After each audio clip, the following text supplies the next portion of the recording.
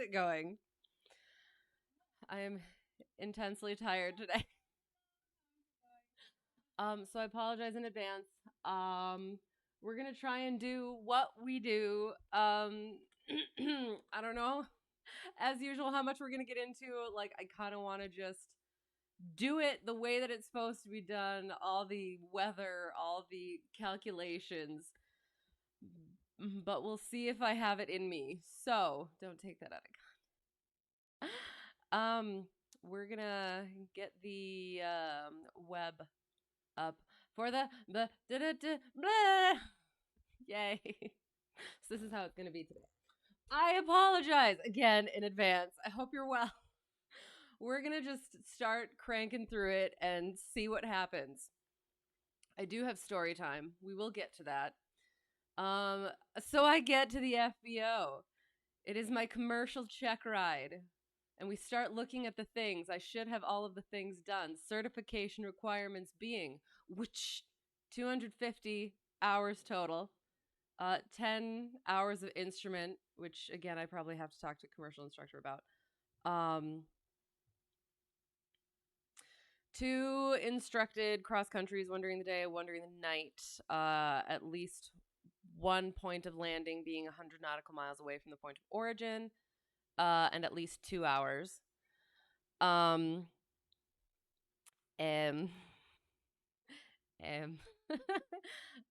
Oh, at least 10 hours in a complex aircraft or technically advanced aircraft. And then solo, long cross country, 250 nautical miles, at least a landing at least 250 nautical miles away. Oh yeah, oh yeah, oh yeah.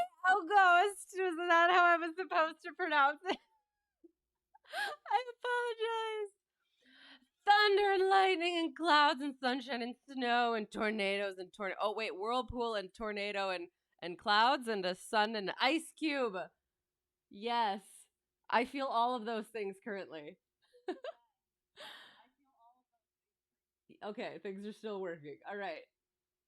Paranoid. Anyway. Hello, how's it going? I hope things are well. We're going to blast through it. Yeah, 250 nautical miles away, at least one landing, at least 250 nautical miles away from the point of origin.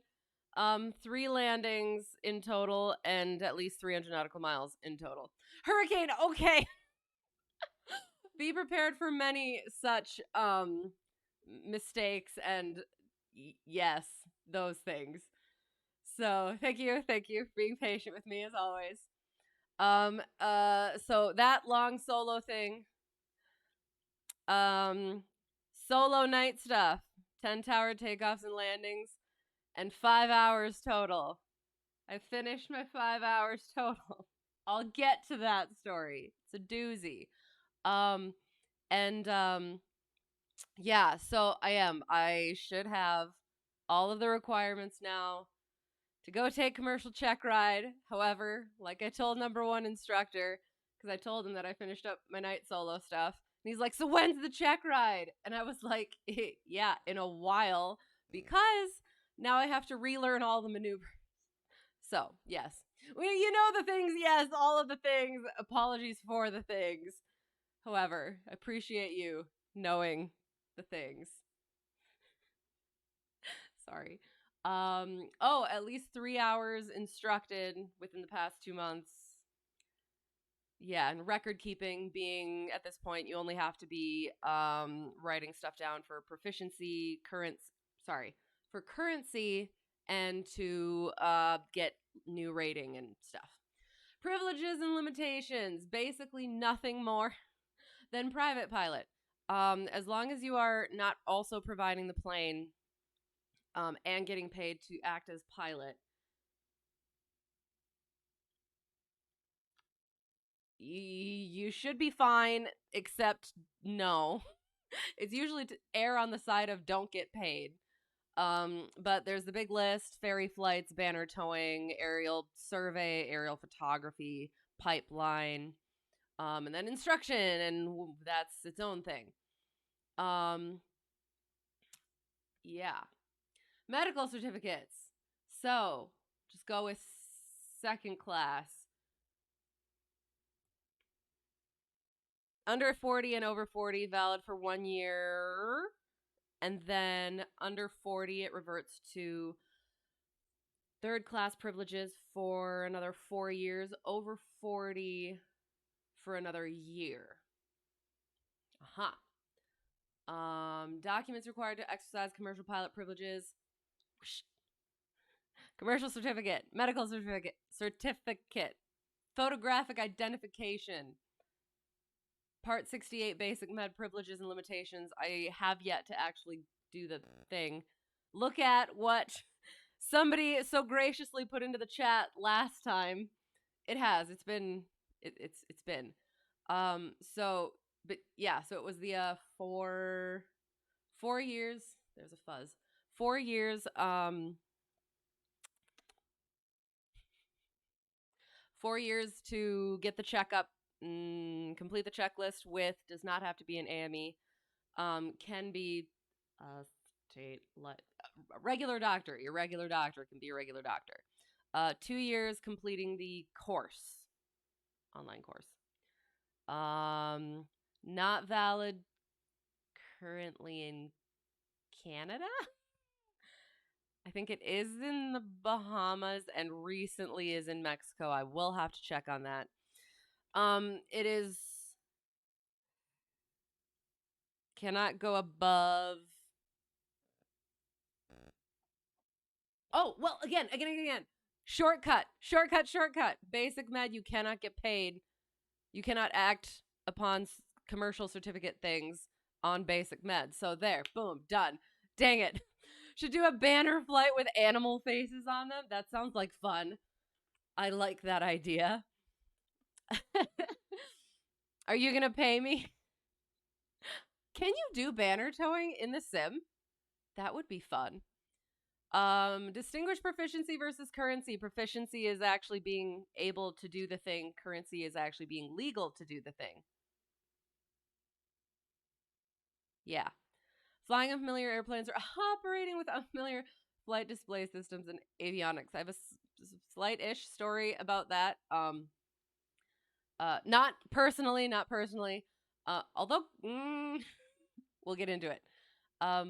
Don't do it, or at least become. That's not. Okay, so I will. I'll come back to that. Boom. Pilot qualifications done. Nailed it. Amazing. Certificate location, expiration dates, required inspections, airplane logbook documentation. I found out the plane is due for its VOR check, so I will need to do that. The plane that I fly in real life. So, certificate is there.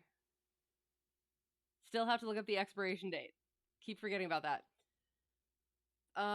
Aero. Airworthiness certificate is valid as long as required inspections and maintenance is complied with. Registration certificate is valid now for 7 years. I will have to, again, look at and find and put on my on my ForeFlight, the actual document for it, which was, again, graciously provided last week, and I have not had time to actually go through and get those things. So, again, thank you for those. Operating limitations, which include supplement and placards, and pilot's operating handbook. Weight and balance, most current weight and balance data. Yeah.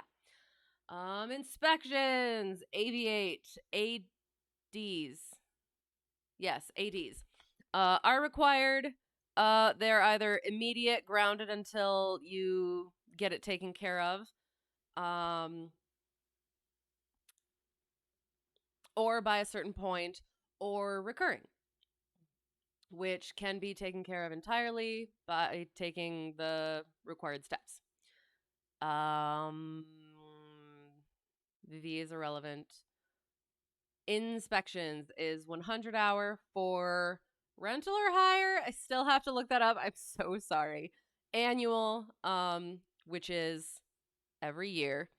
100 hour can be overflown by 10 hours if it is to a place where the inspection is going to be held or done, and can be completed by an A&P.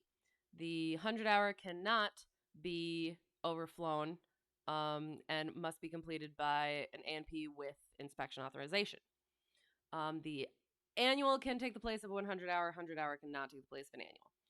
Ha, ha, ha, ha. Special airworthiness information bulletins are things that are not required, strongly encouraged, and could end up becoming airworthiness directives. And so they should. It's just for safety purposes. Just do the things. Purpose and procedure for obtaining a special flight permit. If the aircraft is otherwise airworthy, but it is like out of annual, or I assume also the AD, like if you get a special flight permit in order to get it to somewhere where it can actually, the AD can be taken care of. That is why and how. That is why you get a special flight permit, and how is local FSDO. Excellent. Amazing. Pilot performed preventative maintenance.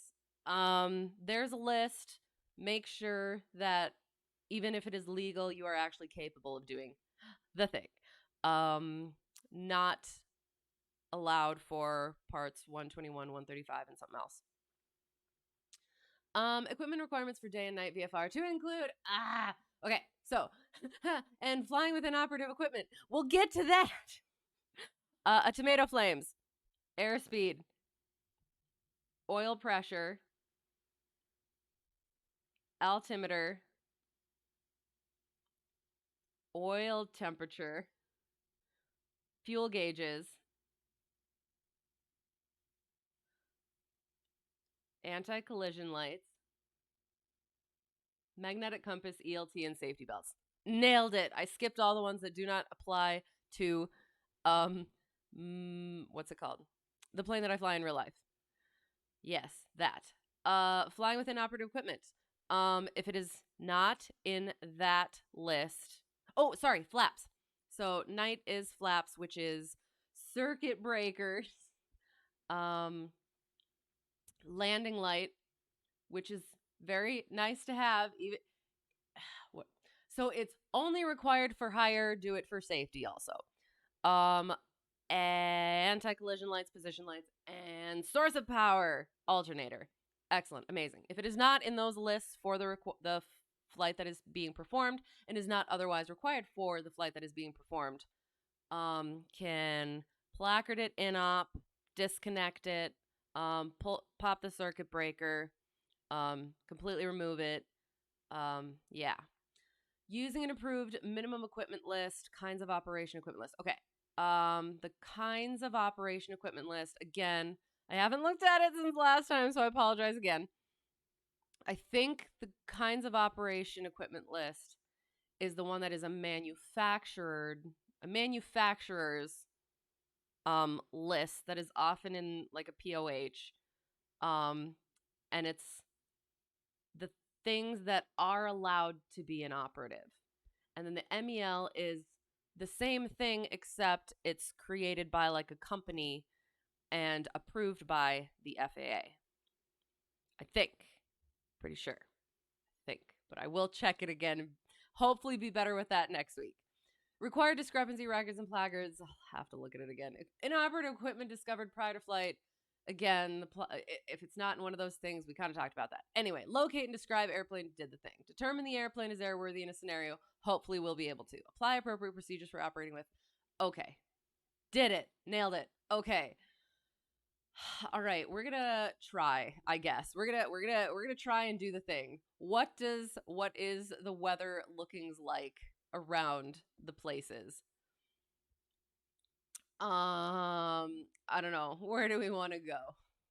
I'm thinking like I feel like I end up doing this a lot, going from here into here, just because the performance calculations, that's kind of the point, is going from one performance-based thing into a completely separate performance-based thing. So, let's see. I don't want to see. Okay. No icing from 3,500 to 6,000. That sounds amazing. Let's go there. Was it over here? Yes. Oop, oop, oop, oop, nope, nope, nope, nope, nope. Prime commentary. Okay, Mansfield. It looks gorgeous. All right. So we're going to plan there. CE Rusty Williams. Sounds good. Plan 3F3.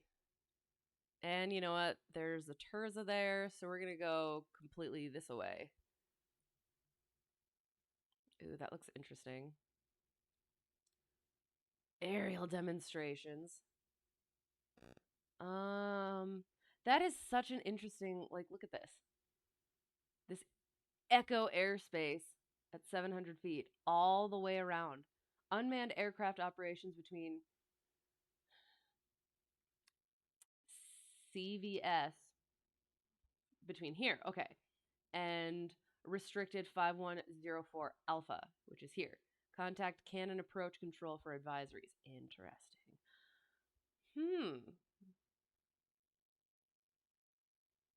Huh.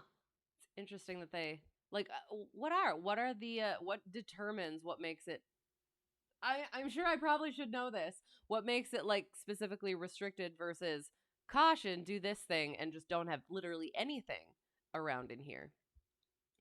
Um um um um let's just go here-ish and then we'll shoot, there's no actually, you know what? I want it worse actually. This one. I like this one. Right here. Ew, except it's a delta. Hang on. Well, technically, it's a delta that is probably not what's the word? Or towered at night. Let us see, shall we?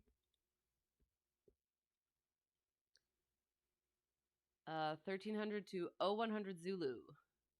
And I'm pretty sure we are technically going to be well, actually, now that I think about it, we'd be landing.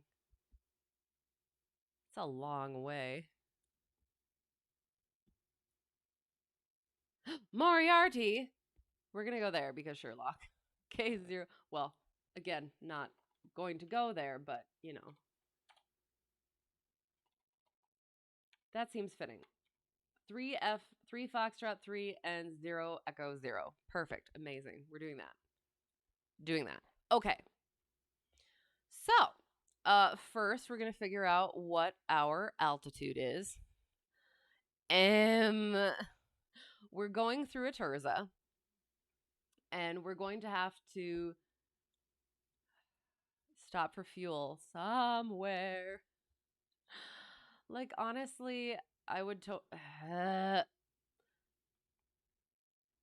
in my Never Land world of the sim, I would definitely just go through the Bravo after getting clearance. In reality, I would probably go around.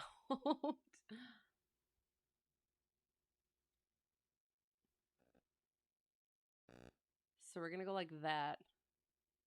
Sure, Bishop's Landing. That sounds fun.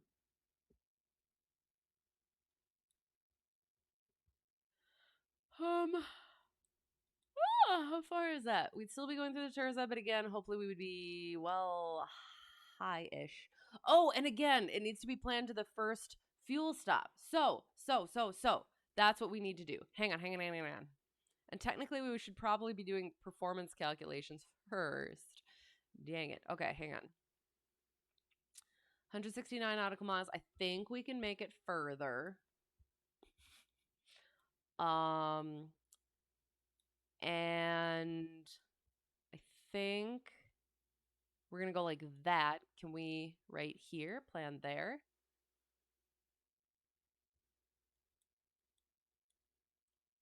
With that, ooh.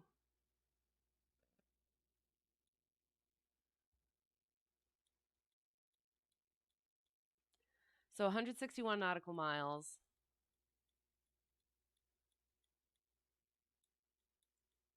and use the, oh shoot, the VOT. That's the one thing, right? VOR. Oh, the VOR. I'm trying to think what. Let me look.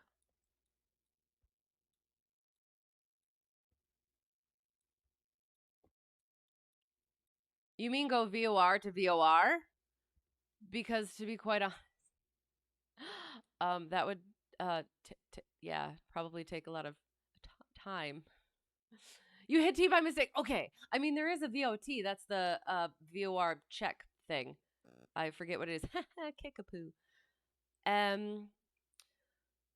Do not mistake.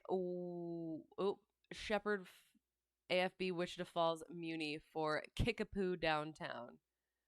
Uh-huh. Okay. So be most careful. I feel like it would be kind of difficult to mistake that for that. However, I say things like that, and then those are the things that I would end up doing. Okay.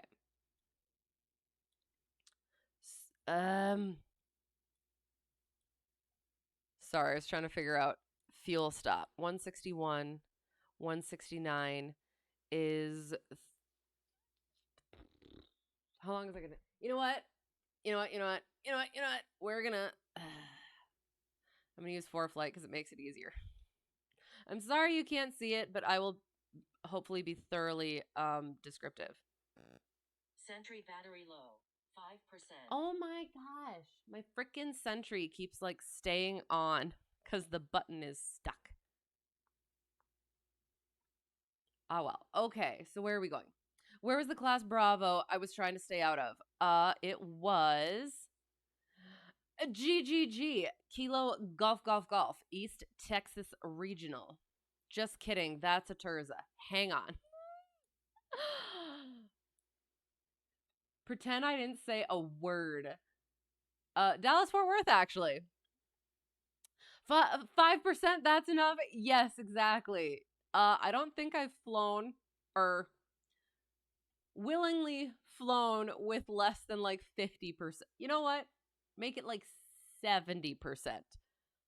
But yeah, it does. It just the button is very sensitive, and so it just stays on.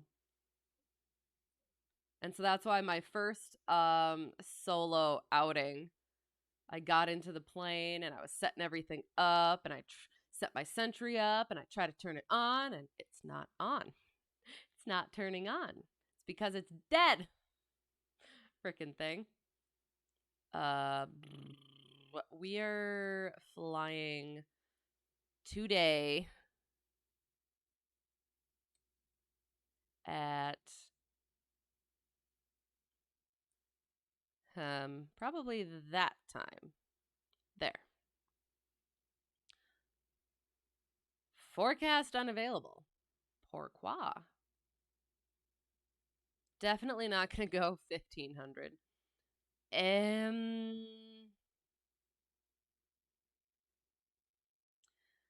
All right. So, according to the nav log, it will take us, it's using estimated wind, unfortunately, but it will take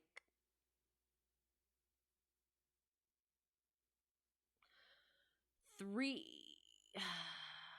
hours to get to Tango 80, which, to be quite honest, I'm trying to think, what is the highest or the longest that I've flown without getting fuel? I don't like that very much. We're probably going to stop here. Or maybe we'll just hang on.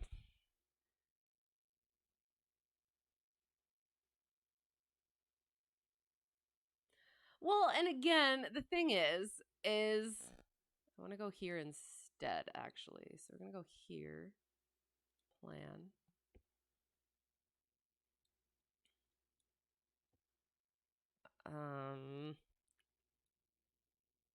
And we'll check out the MOAs quick. Bloop, I think. Yes. Let's see if it is active. If it is not active. But yeah, so it says to the first fuel stop, let us look. Cross-country flight planning. Applicant and risk management route planning, including considering companies and facilities, calculating fuel requirements to include reserve elements of VFR flight plan procedure acting. Ha, there it is. Prepare, present, and explain a cross-country flight plan assigned by the evaluator, including a risk analysis based on real-time weather, to the first fuel stop. So the thing is, the reason why, so this is the thing, is my DPE likes to pick the places where performance changes. So I don't think that I can get away with the first fuel stop. So, yeah, I don't know if I'm gonna go for that. That's a funny name. Boom.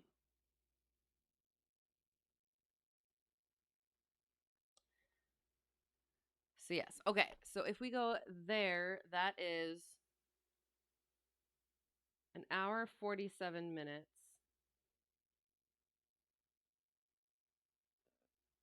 Although if we go here, that also has fuel. Oops. Boop. And boop. Oops. Shoot. That's not what I wanted.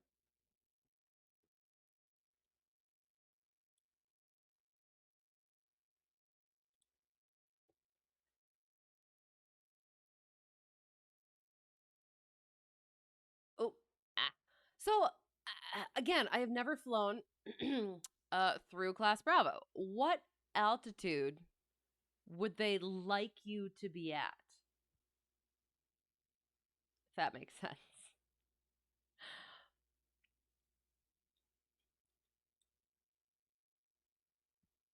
I mean, probably not in their airspace. Ooh, that's funky.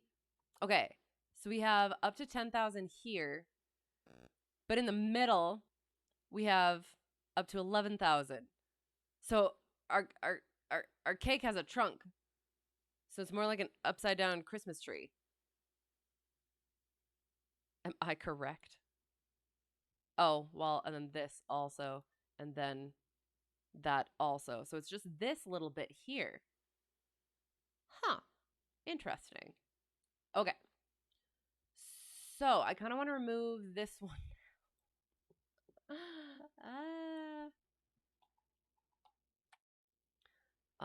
And then just kind of boop around it. So we'll just add that Bishop's Landing back in. Okay. So remove that.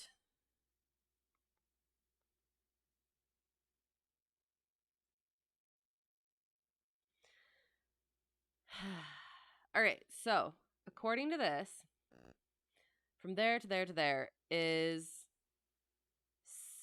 still 3 hours? That doesn't make any freaking sense. What? Hang on.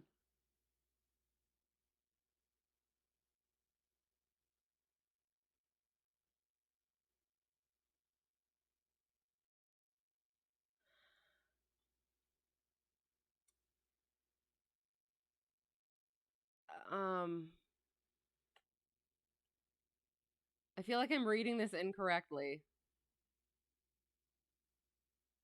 It says it's going to take me an hour to get from here to here. And I don't think that's correct at all.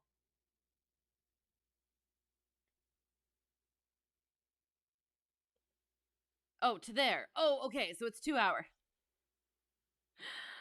I know how to read a navlog on here. I don't, because I don't read it like that. I put it on the actual paper one. Okay, we're trying to make it easy and making it more difficult. So 2 hours. And then again, so during the day, 30 minutes is required for fuel, 30 extra minutes. But to be safe, just make it an hour. So that should be probably goodish. So there's first fuel stop. We'll check out our MOA here to see if we can go through it. Sorry, alert area, high density student training A636.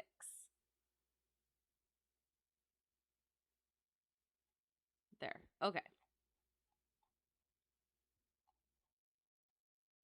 Whoops.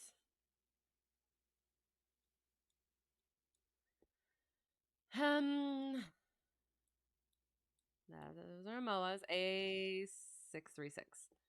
Up to 4,000. So if we get above that, we'll be fine. 1 hour before sunrise to 1 hour after sunset, Monday through Friday. It is Tuesday, so yes. So we'll just get above 4,000 for that, and we'll just go straight through. Excellent. Perfect. And then we don't have to worry about those MOAs, apparently, because we've made ourselves a little boop there. Getting out of this. Boop-a-doop. Checking. Perfect. Okay. I think we're good. I like this. Except, again, that was the first fuel stop.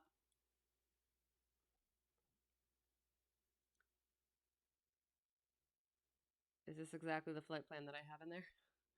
F2, F01. Perfect. A lot of zeros in this flight plan. Okay. So I'm nearly certain I would probably need another fuel stop. However, we're just going to ignore that because our performance calculations are going to be based on the beginning and the end. So, for the first part of it, we would probably be at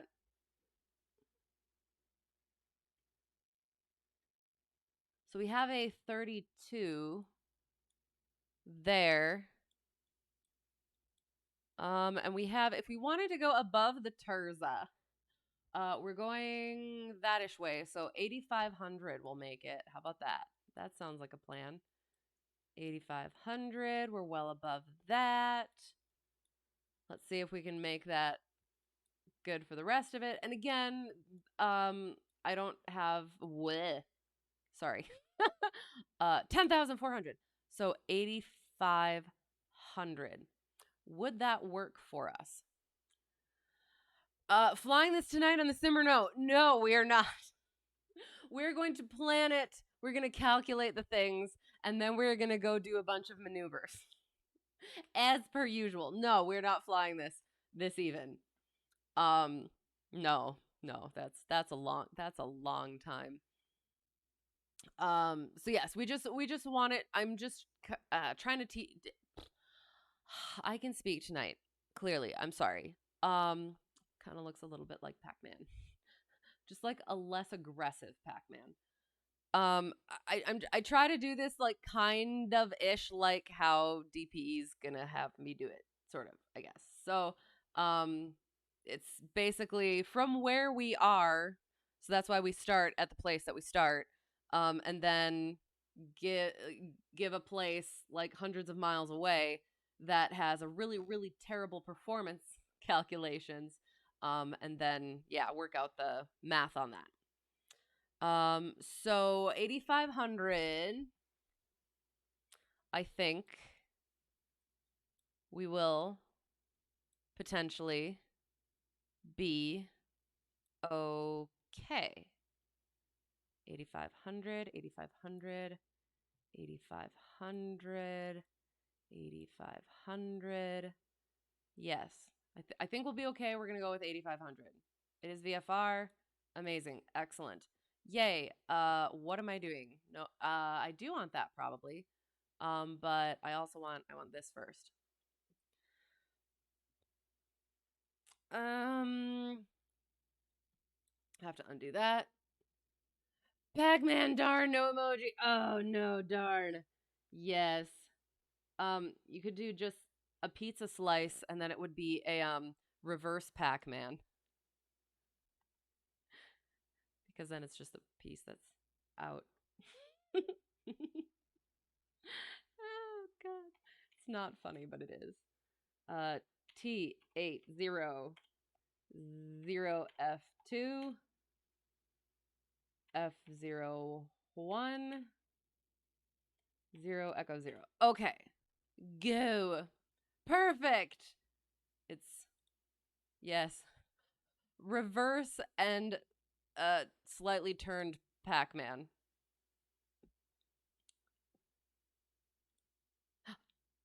Whoa. I did not know I could do that. Okay. So let us get our weather briefing. I did that. Sending to flights. Getting our briefing. Retrieving briefing. So it usually starts out with our maybe I don't know how to work this. So we're gonna go back out. I think it usually starts out with a prog chart.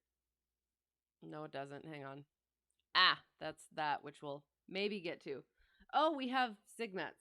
But it is not in our path. So convective SIGMET. Turbulence is above us, above us, above us, above us, above us, very, very close to us, but still above us and still above us. Turbulence high, doesn't matter. Low level wind shear is, well, okay, sorry, I'll try and find it. The pepperoni is pimples or freckles. Perfect. Yes, I like it. I like it a lot. Yeah. What am I doing? This thing, right? But then hang on. This thing? Because then I think I can, yes, we can, no, but then that's this thing. That's what I wanted, right? It's this thing. Yes. Okay. What? Again, what is this bit? Oops. Oops. Anywho, okay. So around, so 9,000, and we want all of the things. So where are they? Our passing time. So does math is there and there.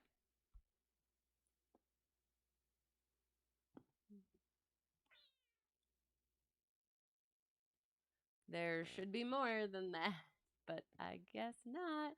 So I think there's this one, but it comes down a lot further. However,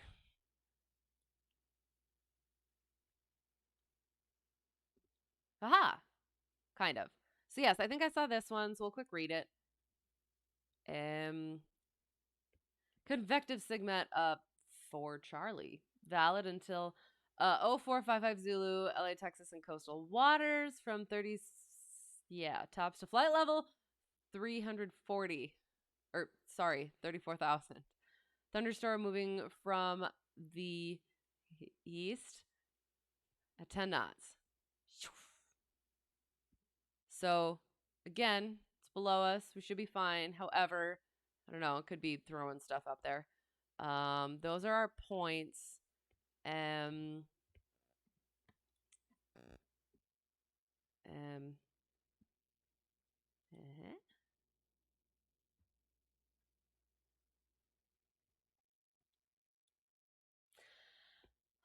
I don't know why it's not giving me the rest of the things, but we're gonna move on.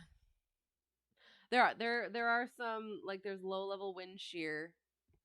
That's frightening. There's supposed to be low level wind shear around here-ish, which is active during our passing time. However, we did not figure out where we were actually going to be landing for our final fuel stop before our destination. So we'll hope that it is not in that area. Being aware. Not that one. This thing. Okay. There's a lot of stuff in this that is not on my chart. So we're here-ish. So I think, let me go back again. Ah, not like that. There. Yes. Okay. So we are, shoot. Okay. We're about here-ish. Here-ish? Here. No, here-ish. Yeah, here-ish. There. So there's not a whole lot of things happening. There's stuff up in here, which at there. So I don't know how to work this thing. So yeah, being aware that there's stuff going on up here that could always potentially come down and create things, which is potentially maybe what is causing low level wind shear over in this area because it moves that way. Huh? Maybe? I don't know. I don't know. Looks great. Amazing. METARs. Let's read a METAR. Where's the thing? Yes, there. Okay. So our METAR for the place we are departing. Oh, sorry. Teacher isn't here tonight. Yeah. Well, are we allowed to call him a teacher? I totally would. What is the long cross country I am planning? What are the requirements for it? So he just gives. I have been told what it probably is. But I haven't. I hadn't had the requirements for Checkride met yet, so I didn't want to plan anything until I could get that done because it has been getting pushed off. So now I should be able to, at some point, actually get it scheduled, at which point he will give me all of that sort of information. And the thing is from my last 2 check rides and from what I've heard, it's usually it's just basically to get you thinking about all sorts of different aspects of flights, and one of those things being like changes in altitude and stuff like that, which then affects performance. And yeah, so basically if you're going from a low elevation place, then it would go to like a high elevation place so that you're getting all of those things in mind. So it's basically whatever DPE wants. So I'm just kind of trying to figure out what that might be. So yeah. So yeah, so METAR, we have nothing. METAR, hang on. METAR? Is there no METAR at this one? I guess we'll go with that one. You would call Charlie Foxtrot a teacher. He might not be a certified teacher, but he's definitely a teacher, incredibly knowledgeable. Sure. But that's one of those things where it's like,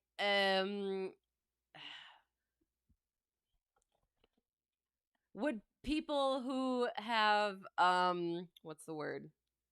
Authority take that for what it is? Or would that be something where you could not, what's the word? You wouldn't be able to not get away with saying that, but that would not be accepted by people with authority. So it's yes. We'll just keep it in the same. Okay, you thought there was a minimum requirement for it. I guess I'm not sure quite what sort of a minimum requirement you're looking for. If you're talking about like lengthwise or something, probably enough that you have to reconsider fuel situations. So you'd actually have to plan where you might actually fuel up, and then how that adjusts things beyond that. And yeah, that sort of thing. Yes, lengthwise. Okay.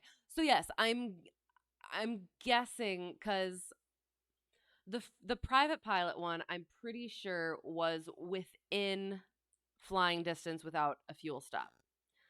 I think that I might have added a fuel stop just to be safe, but this one is definitely going to be outside of fuel range. So, and that's one of those things where with private pilot cross country sort of a thing, you there's a lot less. I can't think of the word that I'm trying to think of.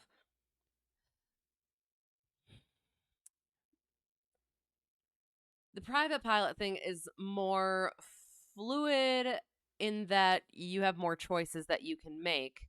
Whereas, like with commercial, you have to be aware of okay, so you are going to have to take passengers, you'll have to take cargo at some point.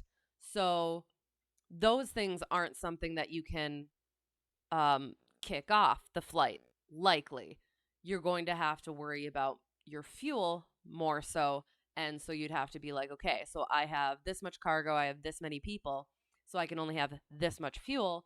So how far can I get on that? And what is my route going to look like at that point? So it's thinking of stuff like that where some of those aspects are out of your control, I think. So yeah, and again, the passengers cargo thing is,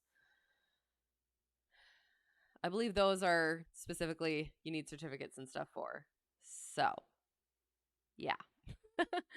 um Apart from things, I will have to go over that. So, Mitar, Kilo, Tree, Foxtrot, Tree, the 12th at 0255 Zulu, which is the most recent.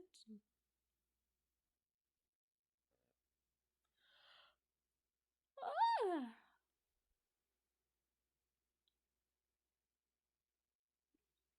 I think. Honestly, I can't. Oh, okay, that's why. Yes, it is the most recent. Automated 0 knots, excellent, 10 statute miles, clear, 16 degrees Celsius temperature, 11 degrees dew point, altimeter 3023. Remarks AO2 differentiates precipitation, temperature is 15.6, dew point 11.0. Correct? Yes. Yeah, so that's our METAR. Um, and to be honest, it looks VFR all the way through. So, yeah, so far, couple of pyreps. Let's see if we can grab those. Boom. So there should be one down here-ish. Boom. Oop. Boom. All. There we go. Okay. I think this is the one that I'm looking at.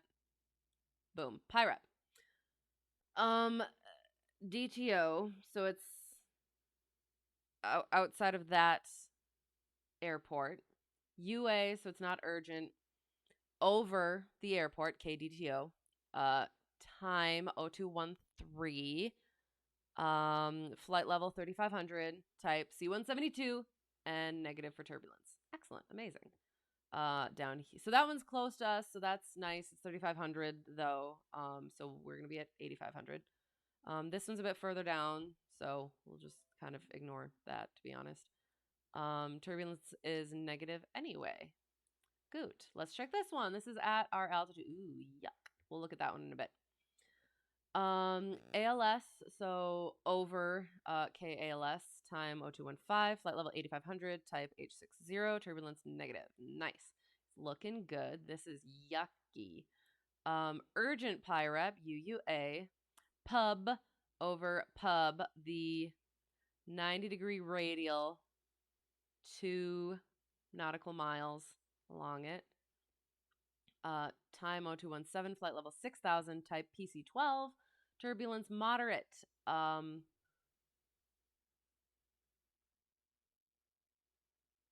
Remarks, low level, is that supposed to say wind shear and it was just typed incorrectly? I'll have to look at that. Plus minus 15 to 20 knots during descent, runway 26 left.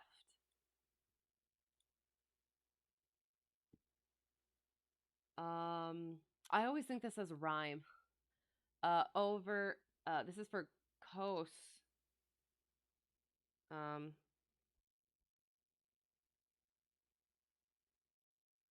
Oh, there's one specifically at our departure, so we'll have to look at that. Oh, did one just pop in? Cool. Okay. So over KTRL time 0305, perfect. Flight level 4500, type C172, turbulence negative. It is looking good so far, kind of, except for this stuff up here. So back to here. It's over coast, depth, runway 35 right, departure runway 35 right, time 0230, flight level 7000, type C172, turbulence moderate severe. Holy, and remarks during climb. Yuck. Glad we're not going there. And it did. It said that there was a PIREP right where we were leaving, but perhaps not. Oh, yes. Okay. PIREP for Shreveport, looks like, over our airport, time 0201, flight level 3500, type CH7A, sky is clear. Nice. Excellent. Okay.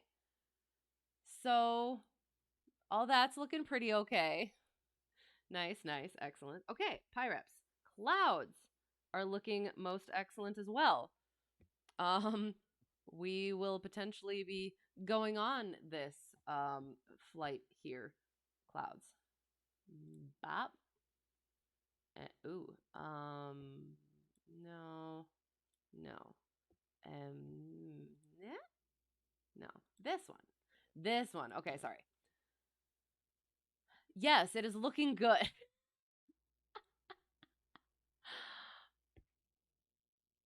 um, looking good. Looking good. And again, this is like 6 hours, I guess. So,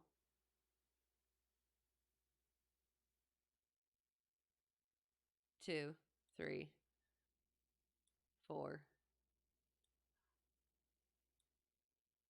Looking good. Excellent. Amazing. All right. Okay. So that looks really super nice. Okay. So winds. Yes. Boom. Um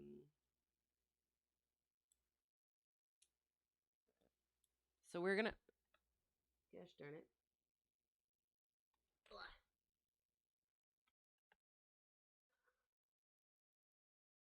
Sorry, my thing that lets me look at things and make sure things aren't going wrong is going wrong. All right. It has decided to behave again. Okay. So we get a little bit of a tailwind there, a little bit crosswind, then a little bit of a headwind on our way into here. Right? Am I looking at the right thing? Yes, yes, I am. It gets a little bit windier over here, but that's when we are landing. Also, I should probably be at the right time. So here we have our. Ooh, that's cool. Surface. Oh, okay, okay, okay. Oh, what? Interesting. So is that low level wind shear then? Ooh, that's cool. Okay. So we start out yeah. Nice and nice. And then we get up um to cruise, and then we're going and we're going and we're going. 3, 4, 5, 6. And we're going and we're going. And then at that point, we need to start boop and boop. So, yep. And oh. So this is about where-ish we are going to be. So it might be a little windy once we get over there. We will look though. Taffs. Excellent, amazing. All right. So we are starting here. So about this is our first fuel stop, I think, correct? No, this one is. So our first fuel stop, we'll just use this-ish one. From the 12th at 1600. No. So this one. Kispis is the 11th at 2320 Zulu, valid the 12th at 00. Hello, hello, how is it going? How is it going? We're doing the tedious things, but we're kind of blasting through them ish. The 12th, through the 12th at 24 Zulu. Yes. What day is it today? Okay, we're good. 150 degrees at 7 knots, 6 statute miles. Sky is clear. From the 12th at 1600. It will be gusty, but I think that is not within our area. Oops.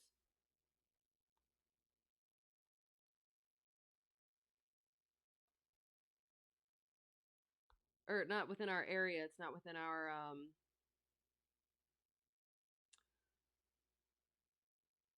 not within when we are actually going to be flying. So 150 degrees, 7 knots, 6 statute miles, sky clear.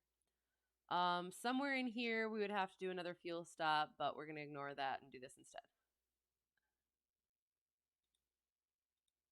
No TAF, so we'll do this one. Okay, so this one is a little bit more involved. Cabacue. Good, excellent, excellent. I am also well. I'm incredibly tired. It has been, yeah, it's been a week already. Yeah, it's been long nights and but good. I finished my night solo. I'll get to that story. But yes, it is finished, so I'm glad about that. But it's been quite tiring. So yes, happy to have it done. But hopefully looking forward to start sleeping normally again. Yeah.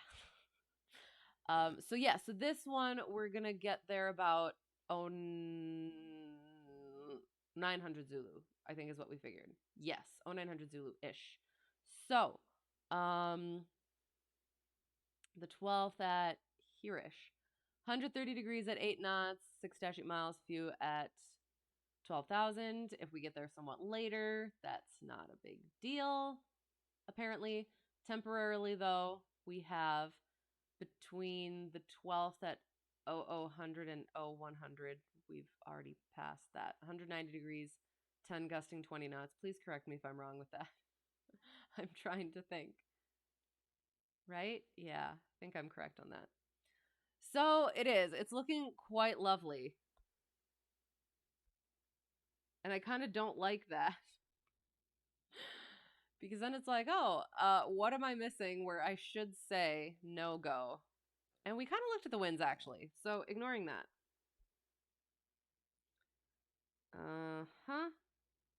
And then terrain grows. Notams. At some point, maybe I'll go over those. Obstacle, wind turbine light, blah, blah, blah. Delete note. What? Oh, shoot. Hang on. What does that mean? Delete note, VGSI and RNAV glide path not coincident. Delete asterisk from note. Delete note, LNAV only. Huh.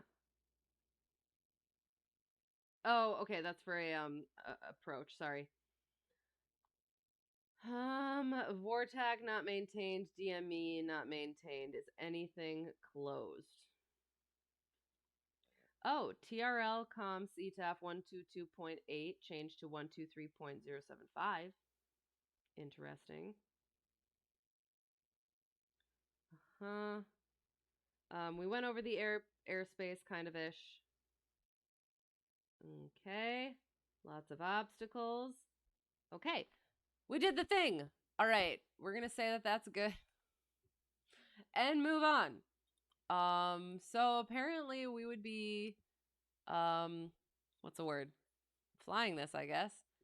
Any questions about things? We didn't have to, so we're going to move on. Circumstances that would make diversion prudent. A variety of things. If weather starts changing, looking bad, if our crosswind isn't going to be is going to be too much, or we test the crosswind and it is too much, we have to go elsewhere. And we also need to make sure that we, what's the word? Make a good decision with remaining fuel. So, call him the study buddy. Okay, that's how we can get around that loophole and not get, yes, in trouble. Study buddy. You gotta leave the last bit out. No, and that's something that I've thought of too, like, because I'm really good with tests. I'm not yet an instructor, but I would like enjoy helping other people through their tests if that would be okay. So like it would be like a study buddy situation because I would still be getting refamiliarized with stuff and making sure that I'm up to par with it. So yes, I like study buddy. The study buddy who happens to know far more than we do. There we go. That's what it is. Personal weather minimums, VFR. Yeah, and low wind. And very low crosswind, and oh gosh, I'm gonna have to figure that out. Way correct on that, yes. Hazardous weather conditions to include known or forecast icing or turbulence aloft. Check your PIREPs, and make sure you are also being aware. I mean, you'll be aware of turbulence once it happens, but you can also be aware of where turbulence might be based on forecasts. And then icing, make sure you're watching for it. Again, I'm trying to think of this in a way of like, okay, in what ways will I accidentally dig myself into a hole? Because what I would say is, look at the parts of the plane that are most likely to accumulate icing, and he'd be like, oh, great, which ones are those? And then I would freeze, and ha ha ha, pun almost quite intended, or should almost not quite intended. Onboard weather equipment, nil for flight, and frequencies. Aviation weather reports and forecasts, and flight weather resources. Did the thing. Okay, cross-country flight planning. At some point, I will do an actual. The wings, lol, prop, lol. I'm not sure. Wait, where, what? Oh, right, the window. Okay, sorry. I forgot what that was referring to. The icing. You're talking about the icing. Gotcha. Yes, that. Well, there's like also, I'm trying to think. And again, this is something where starting to get into other planes, flying other planes. Yes, I'm sorry. I'm not good at following my own train of thought. Yeah. So like yeah, going into other planes, things do start to get a little bit mixed up where I remember talking about this with commercial instructor, and he was talking about like, okay, where does icing accumulate on this one? On this one, it's usually like right at the like front of the windshield, I think. Yeah. But I can't remember if that's the one that I fly usually. So yeah, it's that sort of thing where it's like, okay, so on this airplane, where's that gonna be? And where is it gonna be most readily visible sort of thing where you're not like wrenching your neck around trying to find like a little antenna that's got icing on it. That thing. So yeah. Aviation weather did the thing. We did that. Yeah. Why did I go back up again? Oh yes, the icing. Sorry. I'm sorry. Okay. At some point I will try to do an actual like nav log, whatever. Um yeah, that's one of the things that I want to add in yet. All those things, we're kind of going to do it a little bit in the performance calculations. Yeah, fuel requirements to include reserve.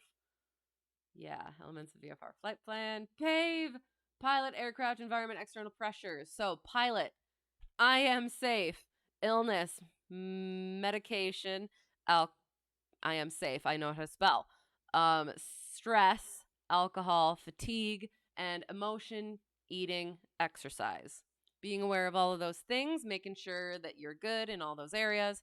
Aircraft, doing your proper pre-flight, checking the documents and stuff like that. Yep. Environment, weather, airports, airspace, terrain, obstacles. So yeah, so we did. We looked at the weather. That looks like it's going to be okay, even along our route, even at our not even, but like at our cruising. And yeah, we'll look at the airspace again. The terrain, we picked an altitude that would go over our terrain. Looked at the obstacles. We'll kind of look at those again, potentially, maybe. And external pressures. That is something that will probably come up a lot more with the commercial check ride, because you are getting paid. So there's that pressure from boss, from clients, stuff like that, to get things to where they want them to be. Whether that is a plane, whether that is trying not to go into like any of the part 121, 135 stuff. Yeah, like having that person above you who needs and wants, I guess just wants things to be done at a certain time. So yeah, being aware of that. And like there is an element of, you need to be a lot more comfortable with a lot more things, but you also need to be aware that if it is below your comfort level, you need to be able to say no. Even if that's one of those things, is even if you're potentially going to get fired or lose a client or any of those sorts of things. So yeah, being aware of that, not letting that be something that causes you to make a terrible decision. Limitations of air traffic control services. Depends on the equipment that they have, and whether or not. So if again, it's VFR, so you're still under see and avoid. So they can give you traffic advisories, but you still need to be aware and see those things. Be looking, and if necessary, ask for higher, lower, or a different heading. Yeah. Improper fuel planning. Don't do that.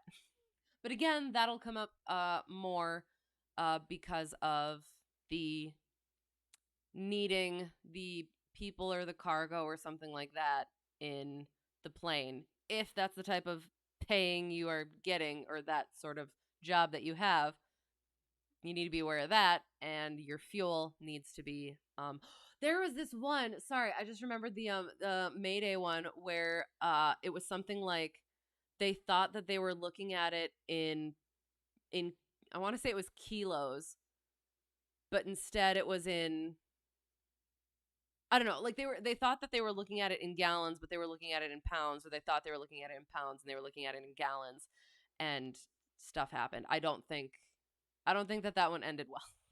I don't remember though. They might have been able to um salvage it, but I'm not sure that I actually saw that one. So yeah, making sure you don't do that. Prepare, present, explain, first fuel stop, pertinent information, chart supplements, NOTAMs. Yep, runway, taxiway closures, and other flight publications, navigation, simulate filing VFR flight plan, points to VFR file flight plan button, and recalculate the fuel reserves based on scenario provided by the evaluator. Okay, let's do some airspace. We did a little bit of the airspace, but let me make sure that I know the VFR stuff.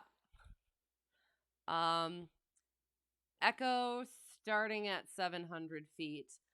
Below is Gulf, and during the day that is 1 statute mile clear of clouds. At night is 3 statute miles, 1,000 feet above, 2,000 feet to the side, 500 feet below. But then there's the whole thing about when it above 10,000 feet, but below 1,200 feet, above 10,000 feet MSL, but below 1,200 feet AGL, I think is the same as normal. Let me double check to make sure on that.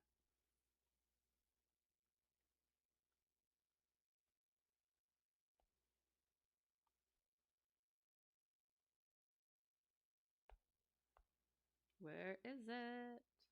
This one? No. Shoot, where did I put it?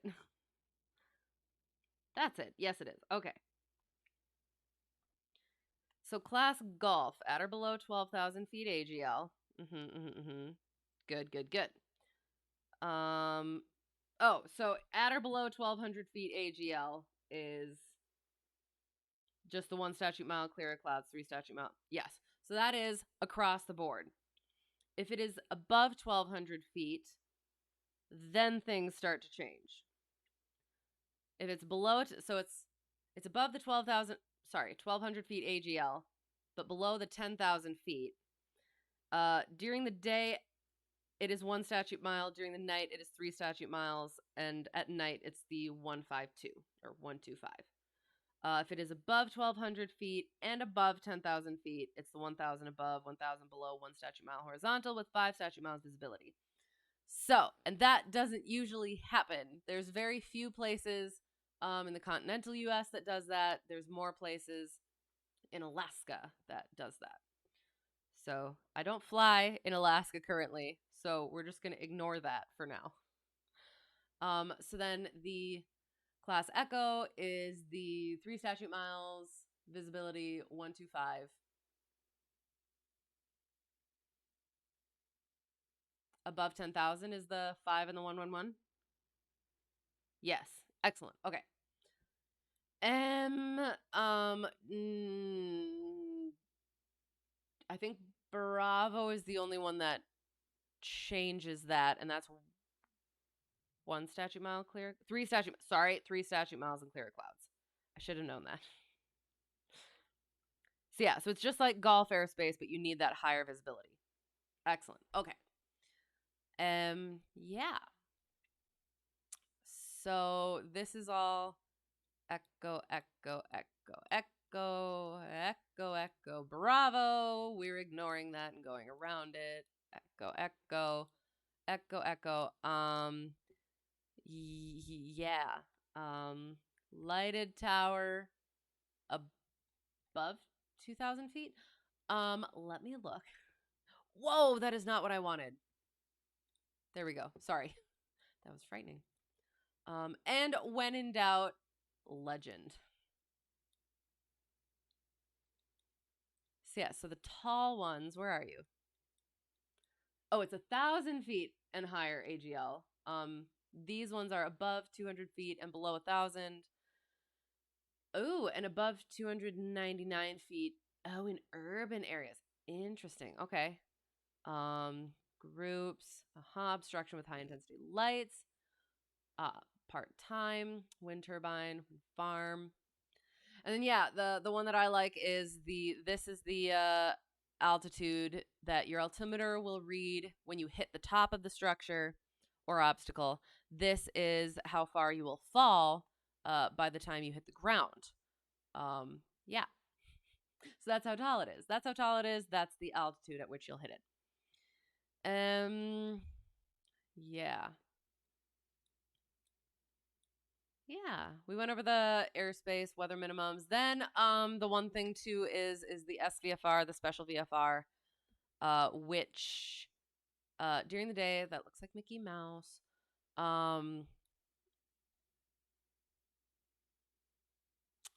Is well, we're gonna ignore that. It's 1 statute mile, and clear of clouds. And if he asks, what are special requirements if you're doing it at night? You need to have an instrument rating, and the plane also needs to be instrument rated. Or sorry, you need to be instrument rated and current, and the plane also needs to be instrument rated and current. If it comes up with instrument rating as well, for commercial limitations, I forgot about this one. If you are not instrument rated, you cannot carry passengers or cargo greater than 50 nautical miles or at night. I believe that is correct. For some reason, I want to say 25 nautical miles, but that could be just the letter of authorization thing for point A to point A sightseeing flights. But I think it's 50 miles because that's across country. Yep. So Terza, Charlie procedures, optional Charlie procedures with required Delta procedures within the actual Delta. Actual Charlie procedures. Surface to 4,300 feet. Shelf is 1,600 feet to 4,300 feet. Visual checkpoint lake. I was wondering what the tiny thing was. Parachuting. It's a beacon, I believe. Let us look. Let us check to make sure.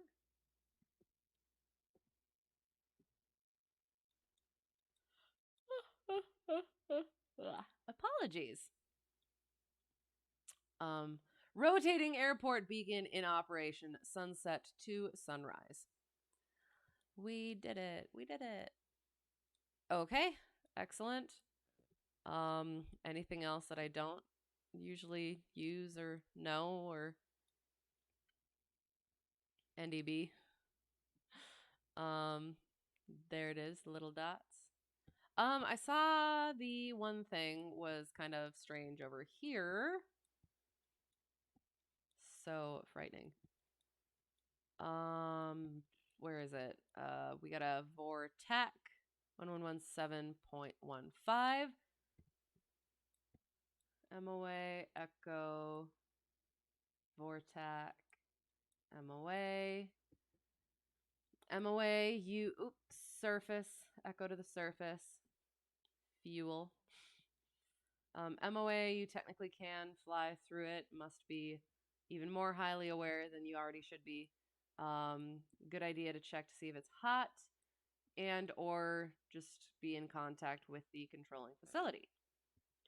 Restricted areas are no-nos unless you somehow get permission and or it is not hot. And that is just a straight VOR auto 114.0. 122.3 to get a hold of Albuquerque Flight Service Station, Albuquerque radio. 6,100 feet, not lighted. Elevation 6,100 feet, no lighting. 4,000 feet is the longest runway.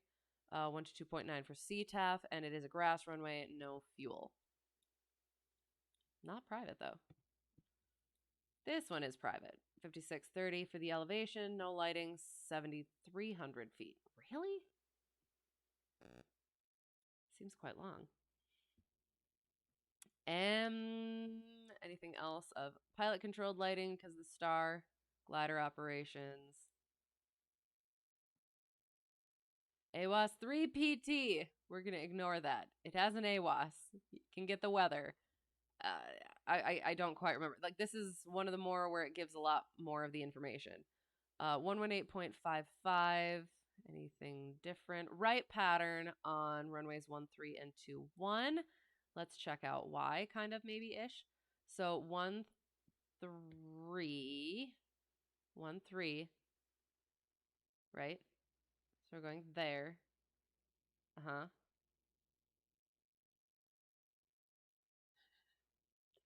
So right pattern like so. Right pattern like so. Yes. And 2-1 is supposed to be this one? Yes. Okay. This one. So right pattern like so. So it's keeping us from over here. For what purpose? I'm not sure. Noise procedures, potential obstacle. Where are we? There it is. Okay.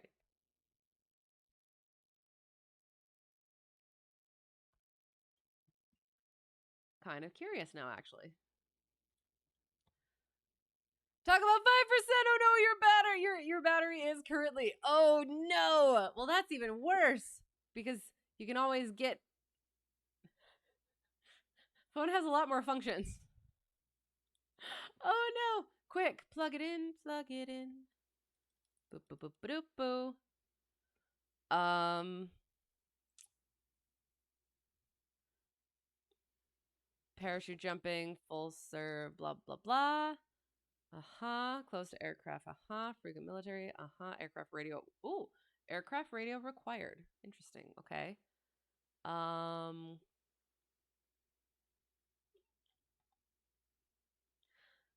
I don't know. I guess it doesn't quite say why specifically, but yeah, interesting. It is on the charger. Okay, sounds good. Nice.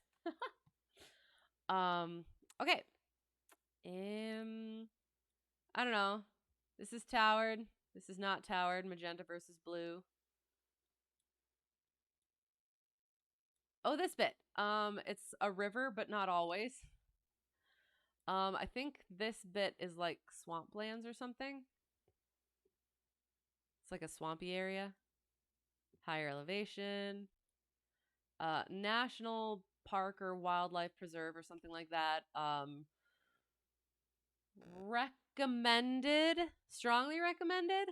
Flying 2,000 or remaining above 2,000 feet AGL, I believe.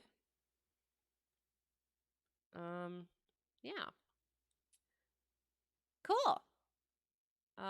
Okay. We did some things. Charting symbology, special use airspace, did some of those. Various classes and types of airspace, did some of those. Comply with, correctly identify. For operating in special use airspace or within a TFR, identify, comply with. Okay, excellent, amazing. Pre-flight preparation. Oh, are we doing performance calculations today? I don't know if I have the brain power. We could do really quick. Was hoping to get a good tax return or was going to use that to get your computer. Yeah, nope, you ended up paying this year. No, oh, that sucks. I feel for you. Oh darn. There's always next year. Yeah. Always look at the bright side, of your life. Nope. What am I looking for? I'm looking for the rotate button. This one. Okay. Clockwise. All right. Zooming out. Gosh darn it. All right. So,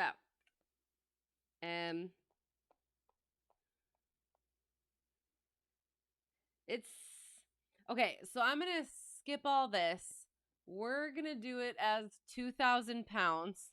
I've done this before, so we're going to do it as 2,000 pounds. And we're going to move on to the actual performance calculations. Because I will have the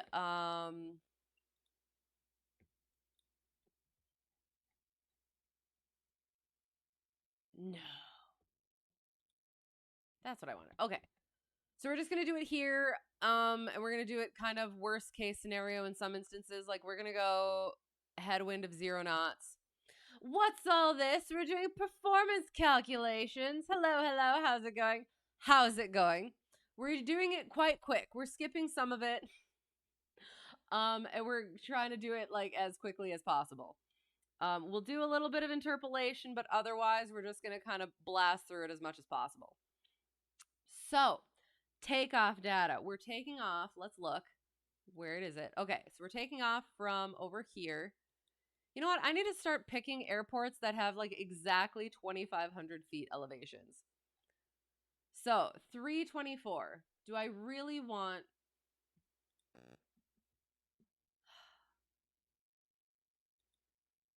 That just does not seem like one that I want to... Can I just... I'll just round up. How's that?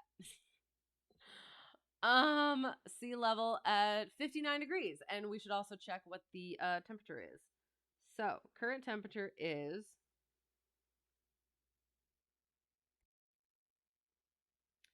15 degrees Celsius.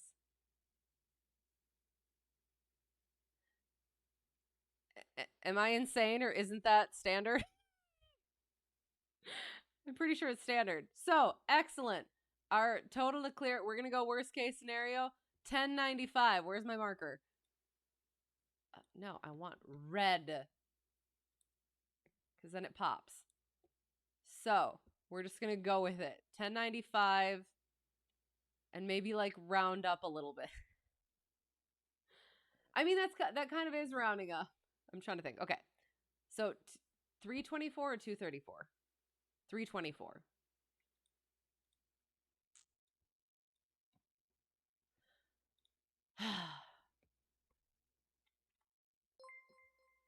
Hello. How is it going? How is it going? Stu222, thank you for the raid. How is it going? Welcome, everyone. How are you? How was your stream? What were you doing? Let me know. We're trying to bust through the tedious things, and then we're going to get into the plane. So we'll just like say this is what we're going with. 1095. For each 25 degrees above standard, don't have to do it. Dry grass runway, don't have to do it. Here's our takeoff. Excellent. Rate of climb, 2,000 pounds. Sea level to between. So we will do, let me think.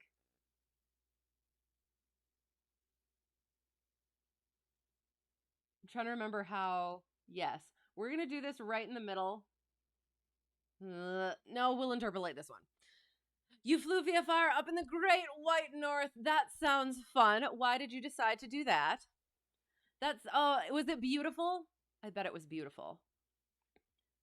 We'll quick do this thing. So 79 and 76. We're gonna err on the side of 77 here. Boop and boop. That'll be that. 380 and 610. So we'll do the. Oh gosh. So we need our y. We don't know what that's going to be. So y minus the 610. Boop and boop and boop and boop. And I apologize for my terrible writing. 380. That's an 8. That was an unintentional 6. 380 minus 610 equals 8,500, which is our cruising altitude, minus the 5,000. That's a 5,000. Please ignore. And then the 10,000 minus the 5,000, which is 5,000. And then this is a 3,500, which is across those out. Divide by 5 is 7/10. So then we got 10y minus 6,100 equals, and this is negative 230 times 7. And I'm going to embarrass myself trying to do this mental math again. So 7 times 0 is 1, and then the 2 is 16, but negative. So 10y. I'm sorry, I'm going to get back. Just let me. So 6,000 subtract it is 390. So y equals 439. Does that jive? 439? Yes, it does. 439 for our rate of climb by that point. Yeah. Okay, sorry. Group flight with the pilot club. Nice. Excellent. So does that stuff get like planned out in advance? Or do you just kind of like pick it? Like right before the fact. Should try FATSIM again? I want to do it. Yes, with Stu22. It has been fun. I have had fun doing that. Is controlling B will help you? Yes. I have been around a couple times when you've been controlling. I do want to. So we're almost done with Ships Challenge. So hopefully we're not going to start anything new until I'm done with Checkride for that. and I think we're taking a little bit of a break from the Sherlock. Um, so, um, yeah. So maybe on a Thursday or a Sunday in the near future, we will do the thing. Because I actually do miss it as much as I've complained about it. I do. You hit your autocorrect right, and when you're control again tomorrow, nice. And you've been in approach a few times now, yes, and you still get to go up on your own though. Oh, still can't go on your own yet. Okay, well, okay. So last time I feel like you were working on the Bravo, right? So like, is that what that is? Like approach 4 Bravo? Very cool though. You're moving along. Oh, that's so cool. And where are you at then for that? Like what airport? Very nice. Excellent. Um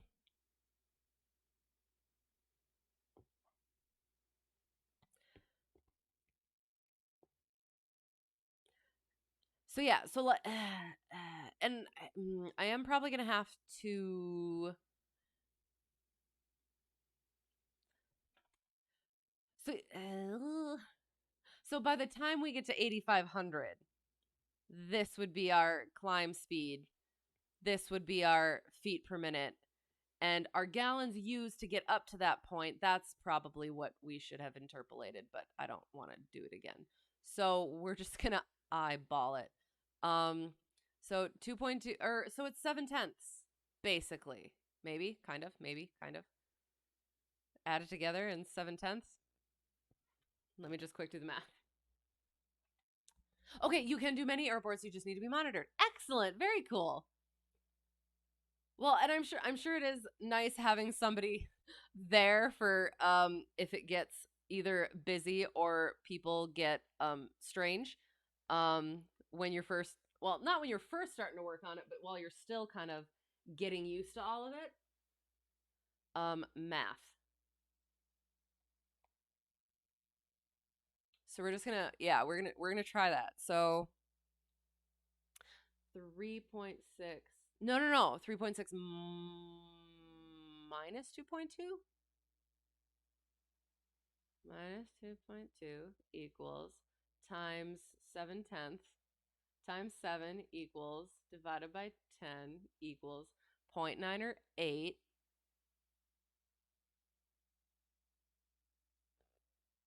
plus 2.2 is 3.18.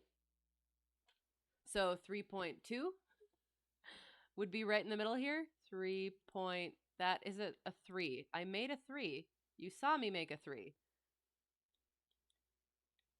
That feels like it jives. So 3.2, and that's from sea level.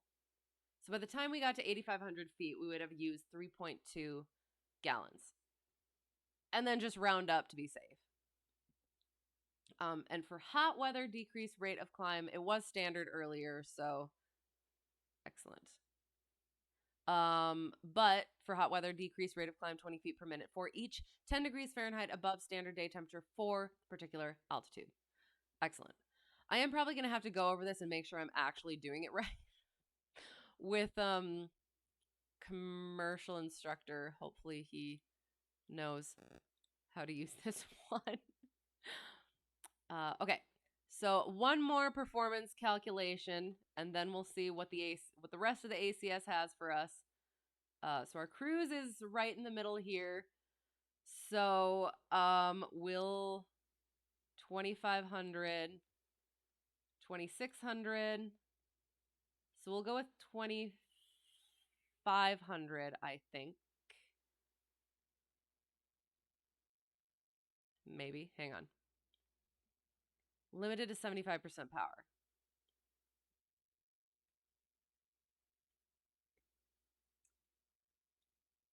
Whatever gives us like 121. So we're going to go with the 2,500.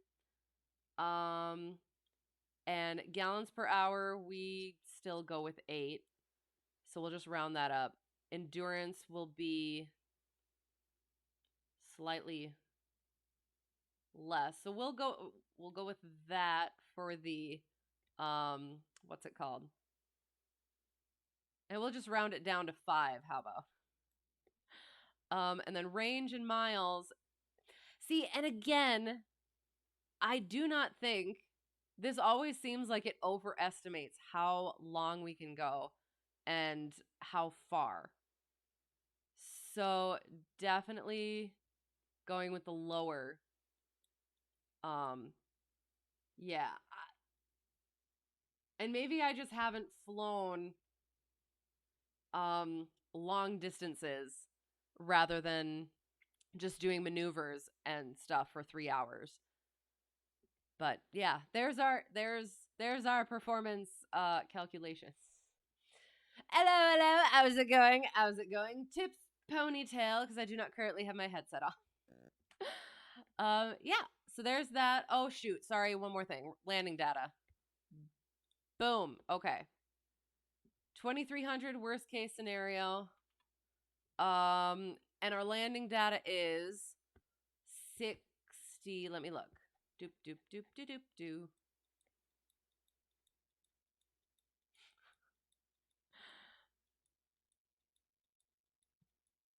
Okay. 6204. Excellent. Where is it? Okay. Oops. 6204. So that would be another one that we could and would interpolate.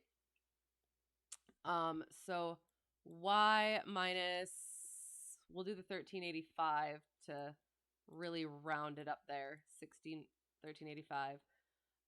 And then the 1455 minus that. That was correct. Okay. And then it's the 6204. I really don't want to do that math. We're probably just going to, 6,200. 5,000. 1,200. And then it's the 75 minus the 5,000 is 2,500. So then, oh, that's disgusting. Cross off those. 12 25ths. I just really don't want to do that. Math. I know. And I wouldn't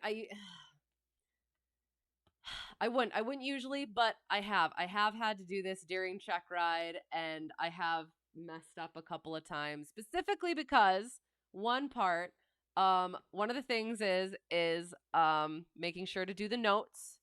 Do your notes, as well as forgetting that most things are in Celsius and knots, whereas the plane that I fly in real life is miles per hour, and this is all in Fahrenheit.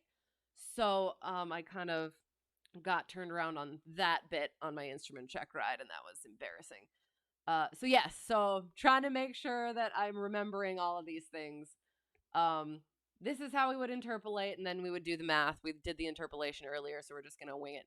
So it's err on the side of right in the middle. That's what we're gonna do. We're gonna err on the side of right in the middle. Where's my calculator?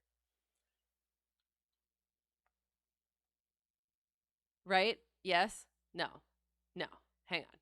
Did I do that correctly? 2,500. It almost is right in the middle, isn't it? Hey, we're going to do that instead then, because it would be 6,250. So we're just going to do right in the middle. So 1455 plus 1385 divided by 2 equals 2140. I did that incorrectly. Hang on. No. How did it? Hang on. Isn't it? Yeah. Hang on. Am I doing this incorrectly? 1385 equals divided by 2. It's 1420. That makes a lot more sense. So 1420 is our total to clear 50-foot obstacle. Reduce landing distance. We don't want to do that. For operation on a dry grass runway, ignore that as well. So 1420. I'll put it over here. 1420 is our worst case scenario. Excellent. Amazing. Yay. Performance calculations done.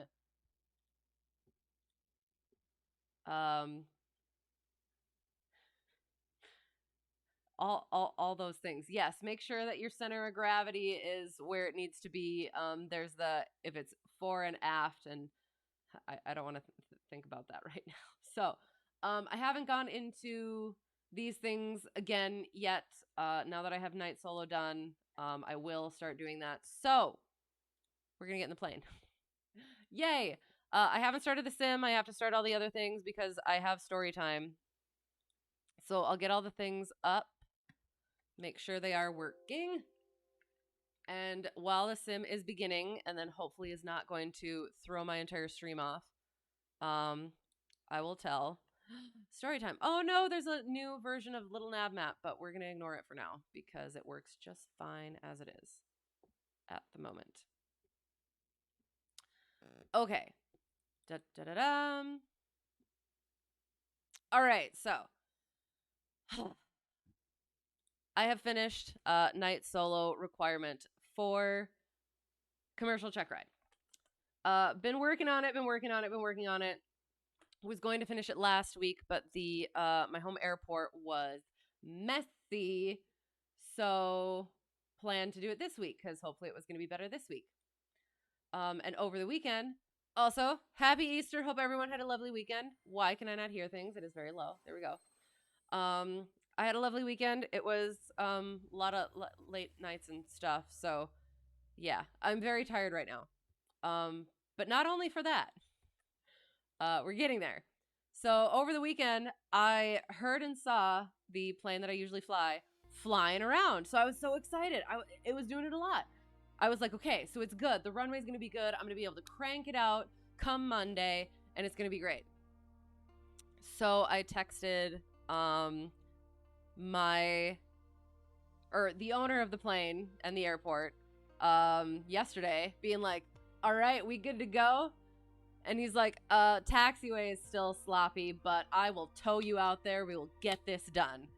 And I was like, oh, but I thought it was good because people were flying it this weekend. Okay, but it wasn't, apparently. He was towing them out too. The thing is I needed 2.4 hours, and that was going to be very late, and I didn't want to have him be up that late and have to come get me that late. So I was like, okay, I'll just do 2 shorter flights instead of my long flight. So I plan to do a shorter, just a quick jaunt, cross-country flight, boom, boom, back. Excellent. Oh, and I was going to switch the livery, because I saw a livery at my home airport that looked kind of like this. So we're switching back to that. Yay. Departure. Where are we departing from? Tree Foxtrot Tree. C.E. Rusty Williams. Why isn't it capitalized? Is it supposed to be capitalized? Is it not supposed to be capitalized? We're gonna park over here. Nah, right in the middle. All right. So yeah, so that was the plan, and he usually leaves earlier than that, so he told me to let him know when I got there so he could tow me out. But I get there and the plane is already at the end of the runway, so it was a bit of a walk through muck, and then he brought the fuel truck over to fuel me up. I thought I was going just for a quick jaunt, so I actually for a moment thought, maybe I wouldn't need to get filled up. I'm very glad that I did. We'll get to that. So yes, and we were talking about stuff, and he was telling me all these things, like the one way, going the one way on the runway would be better because of how the runway is. It was still a little soft on ends and stuff, and there were patches, and there were deer at the end of the runway. So it was like, oh, well, that's great. The wind was favoring the opposite direction, but it was very calm. So he's just like, well, just go the opposite way. Just come in with the slight tailwind, but it is just calm. So, whoa, we're going to have to fix this. Look at that beautiful sky. Excellent. Okay. Oh, wait. So now we're going to go like this. Oh, look at how beautiful it is. Where is our plane? Is it like right there? It is right there, isn't it? Excellent. And now be prepared. Brightness. Awesome. Okay. So yes, and I'm probably gonna get distracted and not be able to finish my story. I mean, that's just kind of the setup. The stuff actually happens on the flight. So, but yeah, there were quite a few things that he was mentioning that was making me a little bit nervous. And at one point he's like, I shouldn't have said anything. And I was like, but it's a good thing because then it's something that I'm actually thinking about rather than being happy go lucky and having something go wrong. So, yeah. So we got all that taken care of, and I think that's it for the setup. So now we're going to get into pre-flight. Ha ha ha. The suspense. Okay. So, we get out of the plane, not of the plane, out of the FBO and into the plane. DPE is beside me. Frightening, I know. We will get the things. Did I not chalk? Oh my god, I didn't put any of the stuff in. I might not have an. Oh no. Oh no, I might have a wasp in my pitot tube. Did I seriously forget all of that? Oh no. Oh, I'm nervous. Guess we'll see what happens. Okay, so we get out, unchalk it apparently. We would have it filled up probably, so we'll do that now. Yes, and yes. Okay. It doesn't, like, change things based on what livery I do, does it?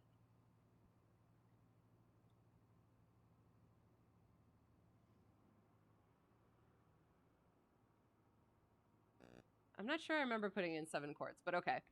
Okay. So we pre-flight. Boom. We PITO.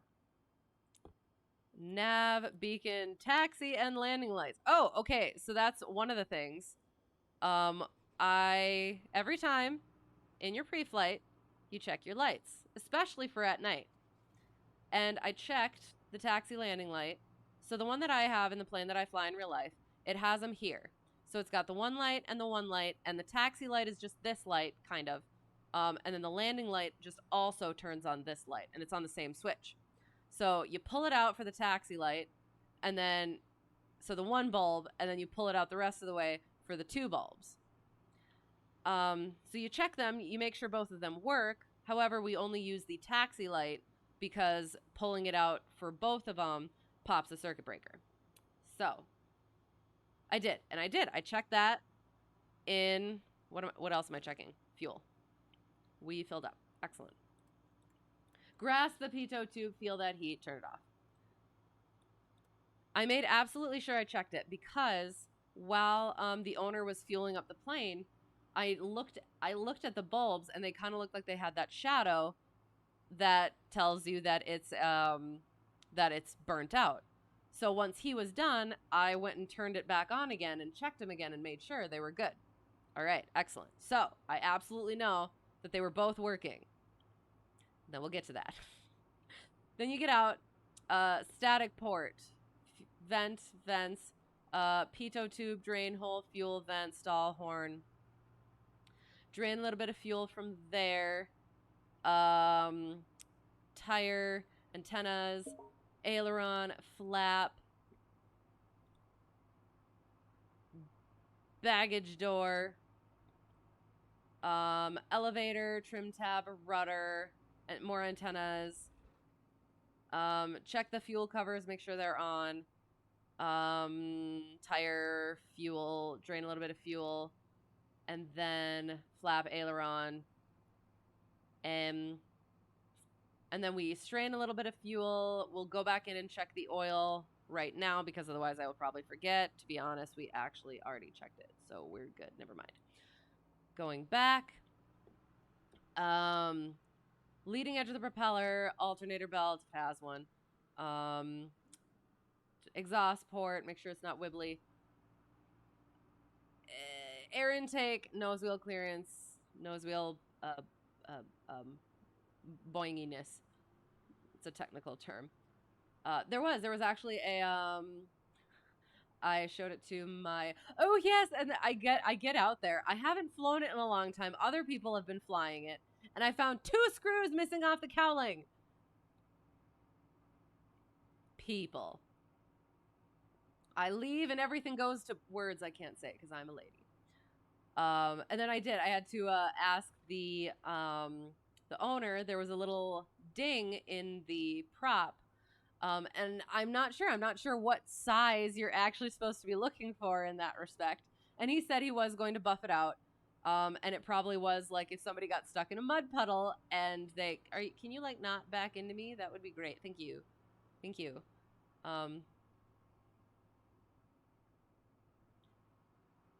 Why is he in the right seat? Is that normal for those types of vehicles?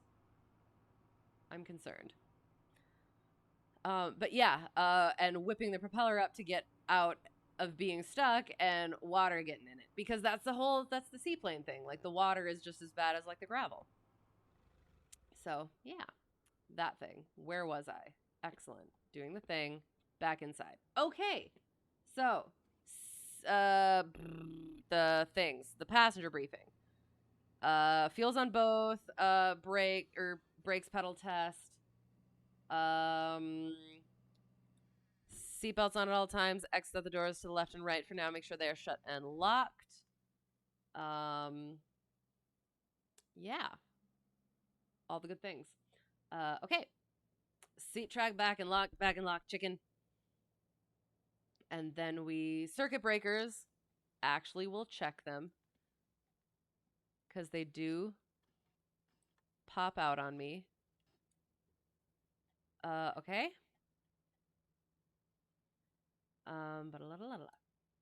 Yeah. Avionics are off. Autopilot's irrelevant. Carb heat is off. Beacon goes on. Prime it. Bloop, bloop, and a bloop.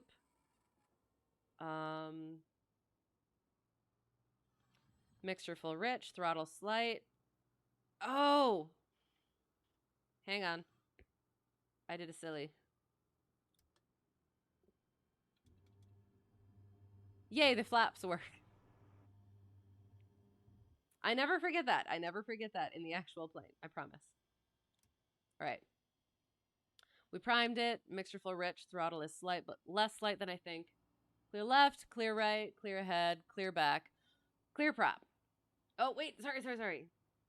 Noom and noom. Clear prop. Noom. Okay. And then we do the boop and the boop and the boop.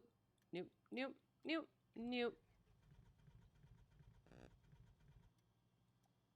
Little more throttle.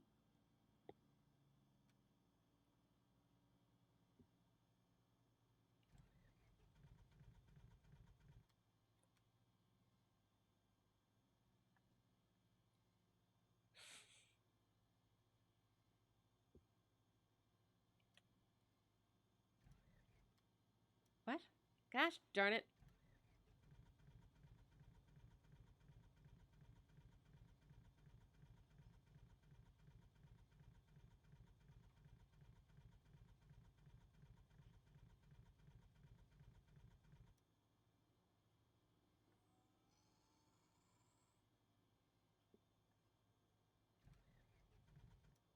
Gosh darn it. Stop turning. Sorry.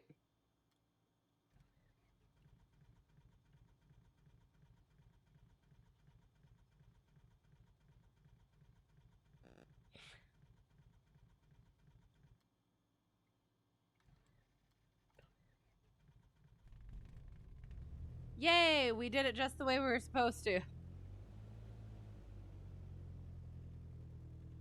I don't know if that was a glitch or if I just did something I wasn't supposed to. But we're gonna move on from it. We're not gonna talk about it. Okay, so putting all the things on, put our taxi light on. Oh, this is different. Shoot. So it must have adjusted things.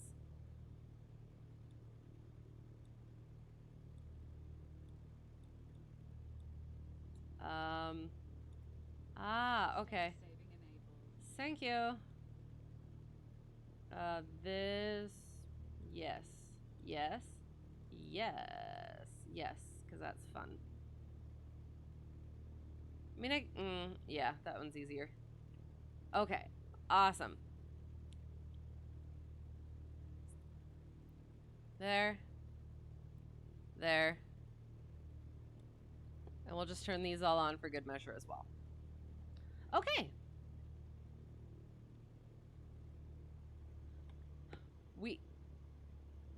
That's okay. We shall look at our METAR because this is us getting our weather. I don't think so, Tim. What?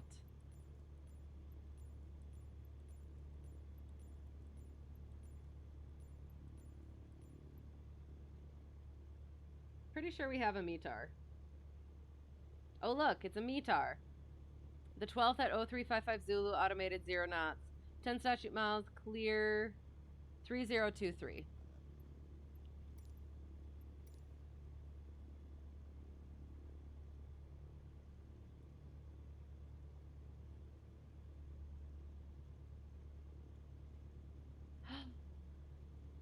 I wonder if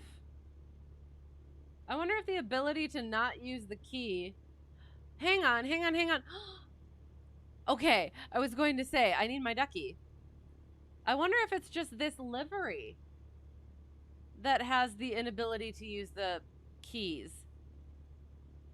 Because I hadn't had that issue all the while I was using the blue stuff. Weird, okay.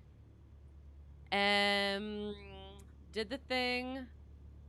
Does that jive? It is about 3750. That is not what I meant to say. 375, that's what I meant. 324.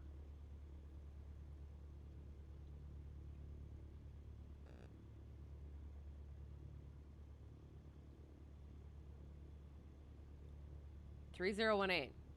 Okay, interesting.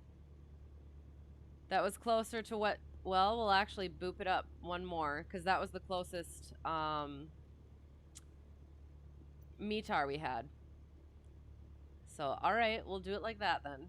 We'll do it your way. Okay.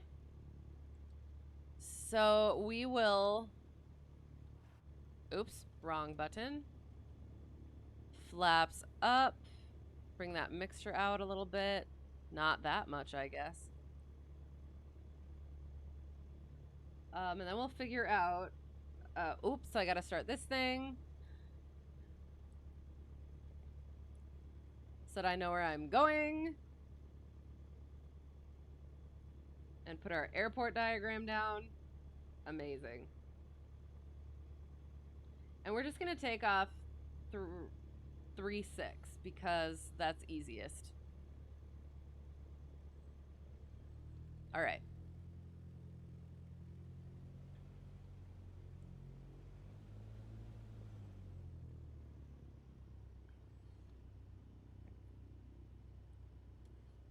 I've not had to use that in a while.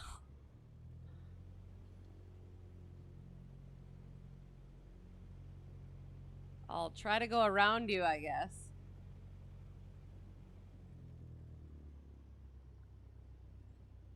Hey. I'm taxiing here. What is your thought process? Did you really think this was a good idea? Oh, I'm not gonna say what I was just gonna say because that was gonna be really naughty sounding.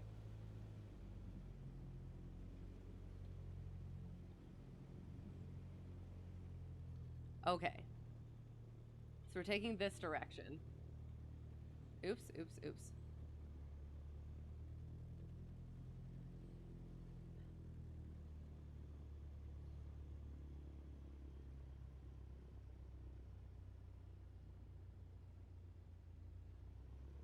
Interesting. Okay. I was trying to figure out if this one has a generator or an alternator. Hello, aliens! I'm not sure if I'm supposed to be happily saying hello then.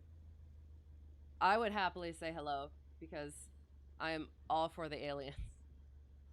How's it going? How is it going? And yes, I am going to do my run-up right at the hold short line.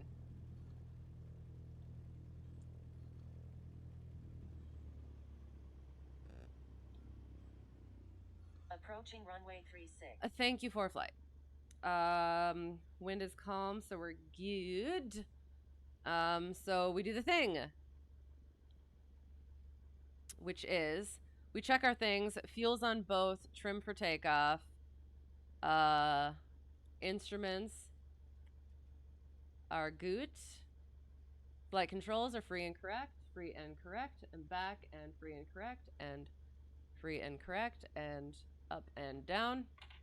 Oh, falling. They just learned to drive. Give them a break. You are operating around aircraft. Or are you talking about the aliens? Oh, are the aliens?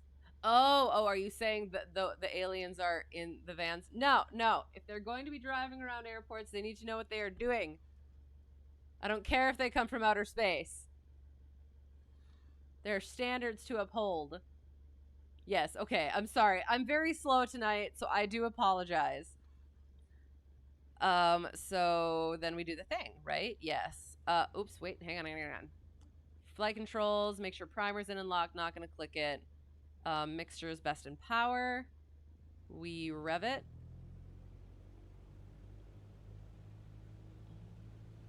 Oops.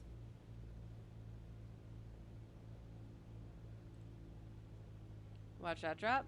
And back. Watch that drop. And back. Car repeat. Watch that drop. And back. Check amps and volts, vacuum, oil pressure, oil temperature. Idle check. Excellent. Mixture's full rich. Where are we going? We'll go straight out for now and then make our way west as we need to, and then south. Apologies. Okay, so where are we? Rusty traffic. Mansfield? Hide plate. We know where we are now, kind of. Mansfield traffic. I like checking the IFR chart, the IFR low chart, because then it tells the city above it, and that's what I kind of assume is what I'm supposed to say. So, Mansfield traffic. Cessna Hotel Tree 1 Delta 1, departing Tree 6, straight out. Mansfield. Okay. Got things. Green, good. Green is good. All right. Taxi's good. Beacon, nav, good. All right. And we're moving, Approaching runway 36. Thank you, Preflight. Entered runway 36. 5,000 feet remaining.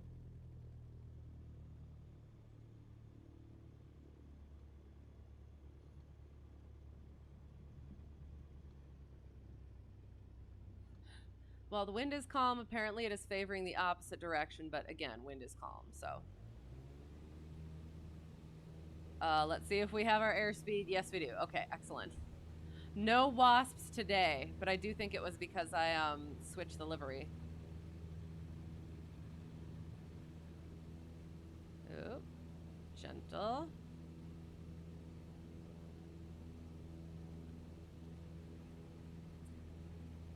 One of the things that I don't like is not having the outside visuals like right there. It feels so confining just to have like the front visual. I mean, as nice as it is, like I can deal with it, I can live with it. But I think that's one of the things that kind of like throws me off in here. All right, so we're gonna get up to our altitude, which is what? We were at 324. We are turning. Gentle. 324, we'll get to at least 1,500. So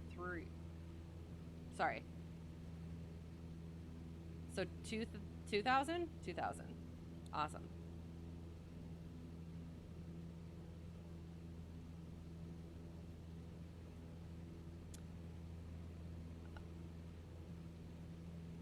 Okay, so then I did. I went on my cross country. I got everything figured out. I don't think there was anything weird up to that point, and I get to my usual what is it?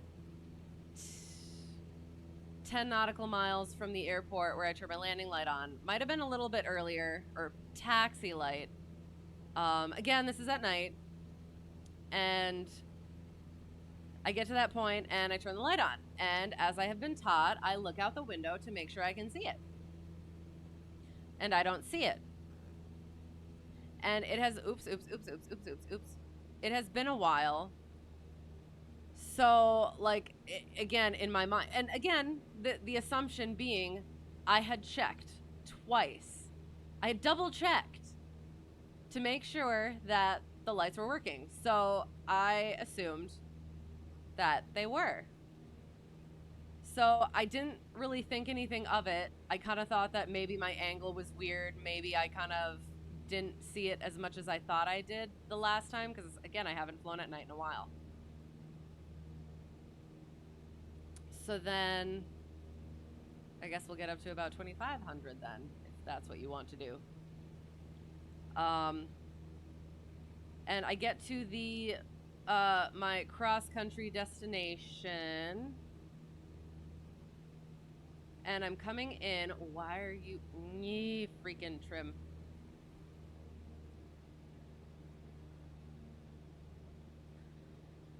And I'm coming in for a landing. It's looking fine, looking good. And getting very close to the runway, it's starting to look like I should be able to see a lot more than I was currently seeing.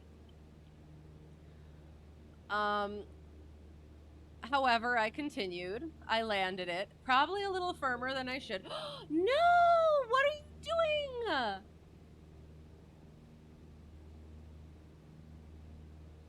I'm going to go freaking insane.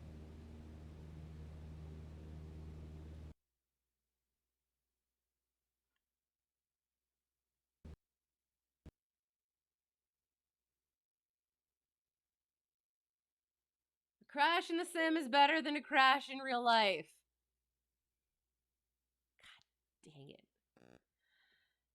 So now we have to restart LittleNavMap. So we started out so well. We have a nice tail coming up from our freaking runway.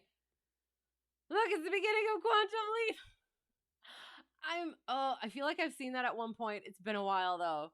But yeah, for frick's sake. Well, I guess you get more freaking story time, which is fine because there's a bit. So, continuing, I guess.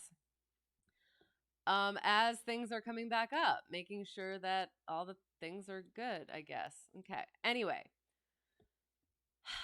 So yeah, so I did. I ended up landing without a landing light. And then I was like, so now what am I supposed to do? Because in my mind, I was like, oh no, if this airport, I can't really see the runway if I land without a landing light. How am I supposed to go anywhere else, even to like just at least get closer to my home airport, and not my black hole home airport? God dang it. But then I realized, I was like, oh wait, this has done this before. I popped it out to the landing light and that was working. So instead of using the taxi light, now using the landing light without the additional benefit of the taxi light, if that makes sense. So that was a thing. That was new. That was assumption 1. So don't make assumptions. I can't remember what the actual term in aviation for it is. There's something specific. But yeah, the assumptions. So yeah, that's a long line. So yeah, so then I flew back to my home airport, and I have landed there before. Questionably, but I have once.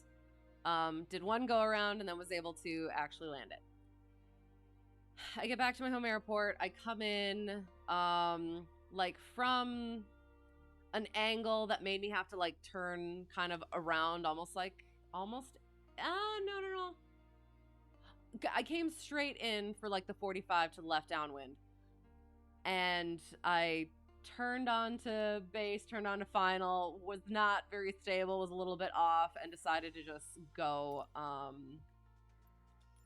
And again, I want to point this out again. I'm pretty sure Foxtrot 3. This did not happen until I actually updated all of my stuff. So I don't know what it freaking is. We're gonna depart here. We're just gonna do an abbreviated start. It's going to restore my state, so I should probably throttle down. Yeah, so I get back to my home airport.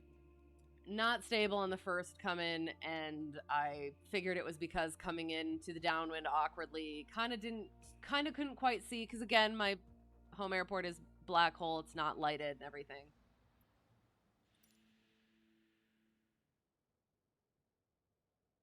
Oh, right, because it crashed, it's not going to give me all my stuff. Okay, amazing. So we're just going to continue like this. Pretend that nothing freaking happened. Did that. Fuel.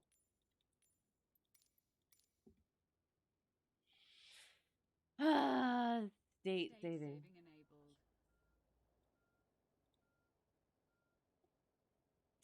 enabled. Okay. All the things. Did the things. Amazing. Big old flammable truck right there. Okay.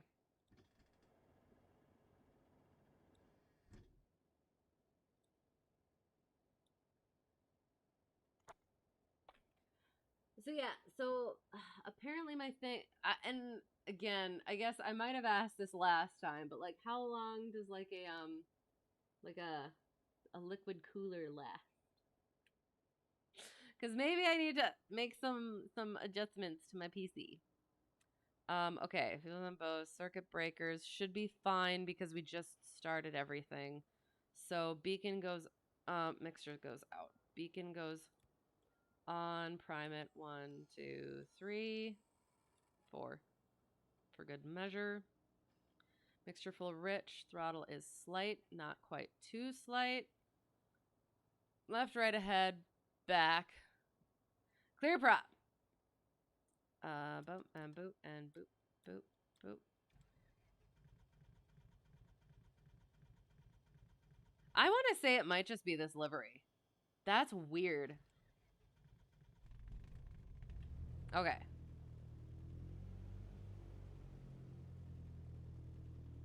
I wonder if I just need to swap back to the other livery. Oh, and of course this is, oops, that one on. Nope. Altitude. Amazing. We're just going to leave everything else. All the things are good. Look at how beautiful they are. Parking brake goes off. Nav. Taxi. Perfect. Okay. Oh my god, I have my freaking brakes on.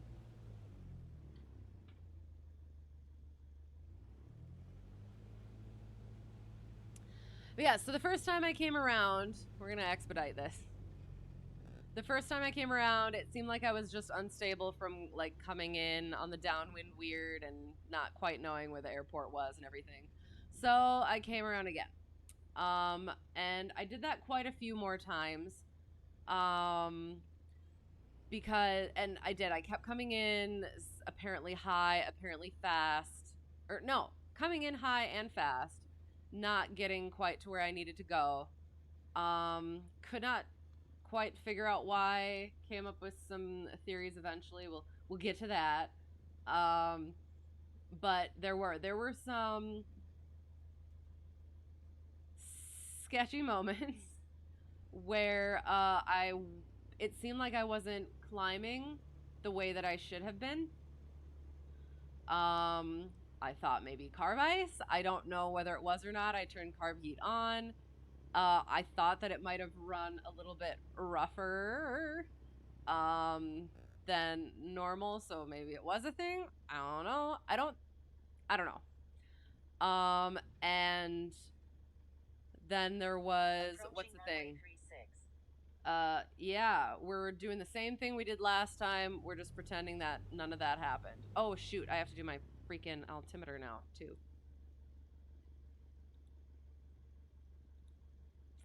One niner we had it at? Niner.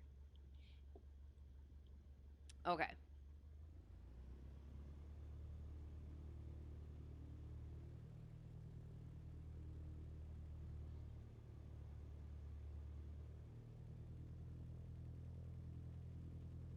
So yeah, like after each Approaching successive runway 36. thank you, Preflight. But yeah, and Entered the one runway thing 36. 5,000 feet remaining. the one thing was is I didn't want to get too low and too fast and then not be able to climb out the other side. So I'm not sure how close I actually got to the surface. I don't think I ever really got close enough to the surface to actually have any chance of landing. Just because I was kind of paranoid the whole time, and just kind of got worse through successive attempts. So eventually, the owner had mentioned again beforehand, like if you if you can't get into the runway, you can always go to this other airport and he'll come pick me up. So I had that in the back of my mind, and I think that I was always meaning to. I was probably going to regardless. I was just like, I have done this before. And I guess this could go under like another assumption. Like, I have done this before. I can do this. But for some reason it's just not happening. So I did. I tried it. Eventually I was like, you know what? I just have to go. So I made the trip over, and it was a towered airport. So that was its own thing, and I call him up, and I didn't quite think beforehand, and I was like, blah blah blah blah.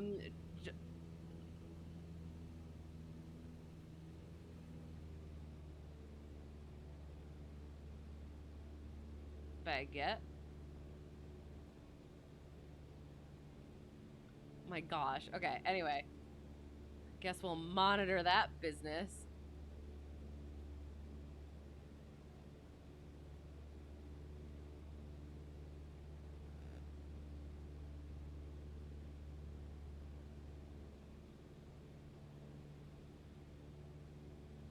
We'll nose down for a little bit of aerodynamic cooling. That's a thing, right? Okay. So yeah, so I call him up and I go, my position, and then I couldn't remember what I was supposed to say, so I'm just like looking to land. Luckily, it wasn't busy, and he's just like, "All right, enter the downwind, call your downwind, or report downwind." I was like, "Okay, I can do that." So I did, and in the downwind, he's like, so are you looking for the option or what's up? And I said, full stop. And he said, all right, cleared. And I kind of forgot that he said cleared, because then I was like kind of, I don't know, after all that time that like, it was a little bit rattling, that experience. So I was like, if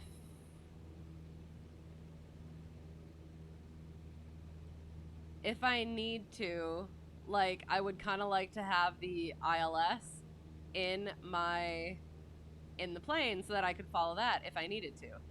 Nosing down. But I didn't want to like give myself too much work and kind of like blow through things. So I looked on Preflight. I did not see the ILS for that runway. And so I started trying to put in the GPS, and I didn't have any of my stuff. I didn't have that airport in my flight plan. And so it's like I'm very familiar with these avionics now, but in that moment, like I couldn't quite get it together there. I mean, I didn't have a whole lot of time to do it, but I did. I eventually remembered that I was cleared, and I got in, and yeah, taxied and got into the ramp, and as soon as I got off of the runway, the owner texts me and is like, "Do you need a ride?" And I was like, "Yes, sorry." And he's like, "No, it's good, it's good." So he came. I had to let him in through a sketchy gate because for some reason it was locked on every side, including my side, which I don't understand because I think it's supposed to be open still at that point. We got it tied down. He took me back to get my car. We talked about stuff, including him getting his instrument, and that sounds like a good time. And then, yeah, I went and got the plane this morning. It was a little bit windy. It was a little bit crosswindy leaving. And so, like, I was cleared for a straight out departure, but I was like this, and I was still drifting this way. So, yeah, that was interesting. And then I called clear of the Delta, and he's just like, "Roger." And I was like, "Where's my change to frequency?" But, yeah, it was okay. Then it got a little bumpily wumpily. I was a little bit nervous coming in. Class Charlie in 5.4 miles. Oh god, I guess we're turning.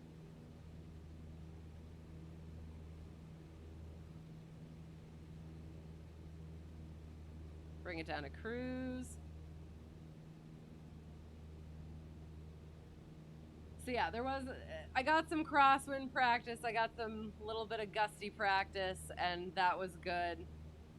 I did have to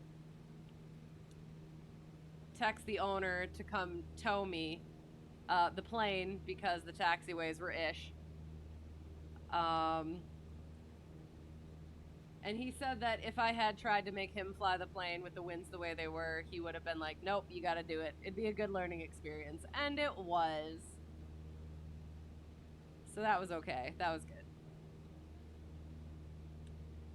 And yeah, so again, it was supposed to just be a short flight that turned into a number of go-arounds and a flight to another airport after that, which got me, luckily, my the rest of the hours that I needed. So I'm done. I'm done. The other owner apparently offered to actually take me up, though, and it would make him feel more comfortable with me flying in there at night if he were to go up and give me some pointers. So that'll potentially be a thing at some point, but I'm finally done with the night stuff and we don't have to worry about it. So that'll be good. All right, so we're going westerly now. Oops. So we're trying to get trimmed out, although again, we're working on the maneuvers, but I'm not going to spend a whole lot of time trying to configure this thing because I'm really bad at it. So we're just going to go for it. So clearing turn, yay, westerly. We'll keep it level. Oh, and it was nice because on the way down, on the way over to go pick up the plane again, the owner brings his dogs along all the time, and one of them, who's not quite a puppy anymore, he found his way onto my lap, and I was having a really great time. He's so cute. But yeah, so it was a late night, and then I was like tossing and turning about it all. And then it was early morning to go get the plane again. After a weekend of late nights and early mornings, so it's been a time. So I apologize for myself. It's a pretty steep clearing turn, but what are you gonna do?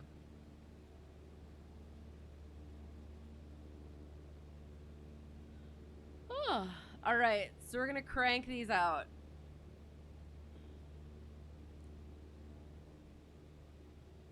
So we got our clearing turn in. Now we're gonna do our steep turns. All right, we're bringing it back. So 2300 is what we're doing. All right, excellent. So we're bringing it, and then we're zoop, zoop, zoop, bringing that orange to the past the white.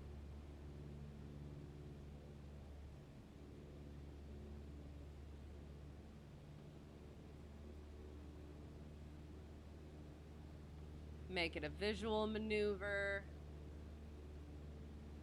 watching for that.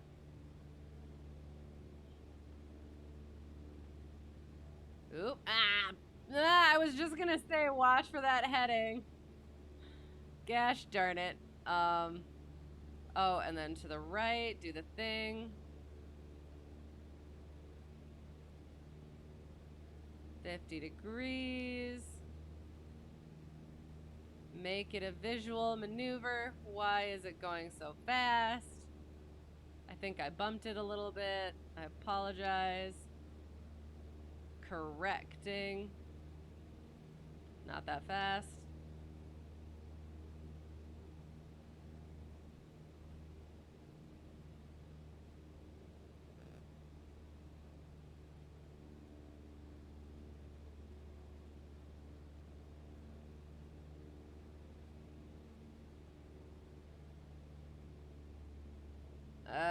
That was horrible, but we're gonna move on. Steep turns, lazy eights, let's do. Okay, no, not yet. Hang on. Why?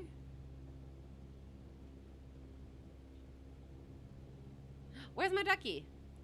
There's the ducky. Okay. Getting back on a westerly heading.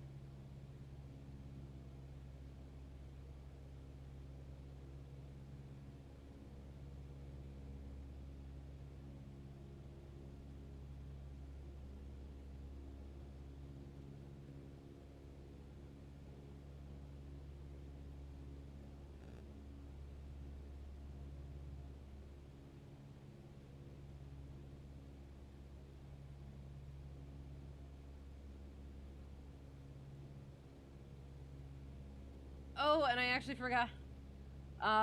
Yeah, we have theories about why I could not get it done this time. I will get to that.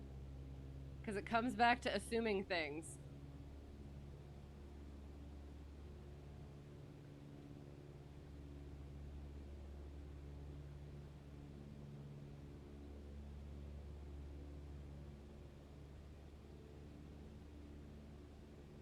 Okay, so lazy 8, kind of. So we whoop, and then we noom.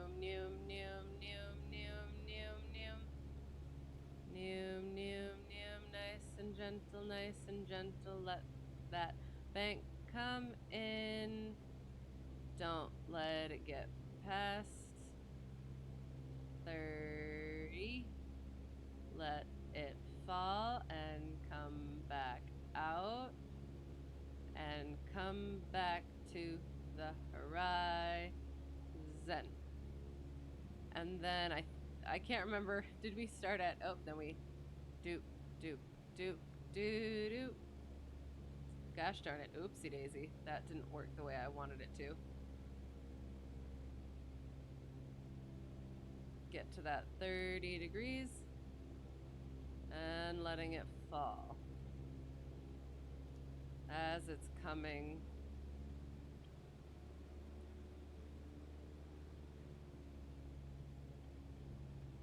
Oh, that's not what I wanted to do.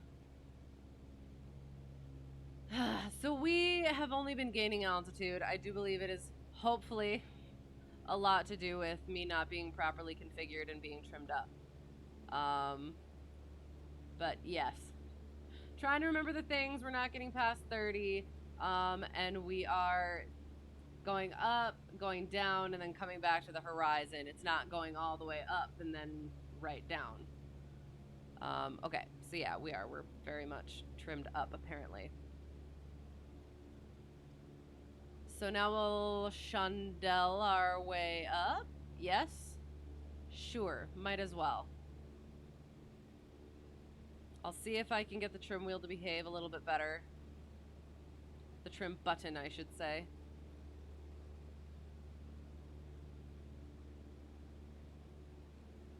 So it needs to be in cruise.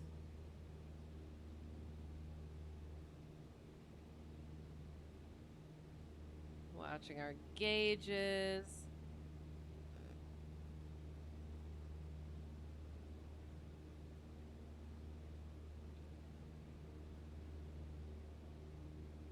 All right.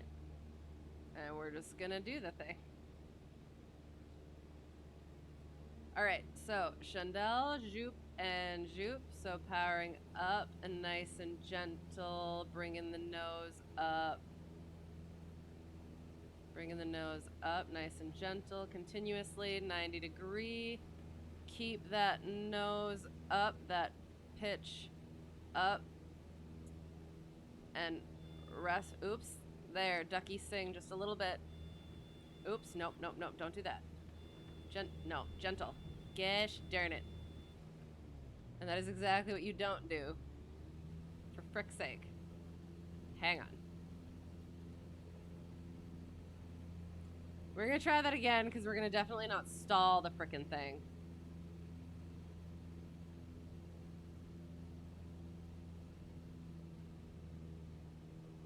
Where are we? Alright.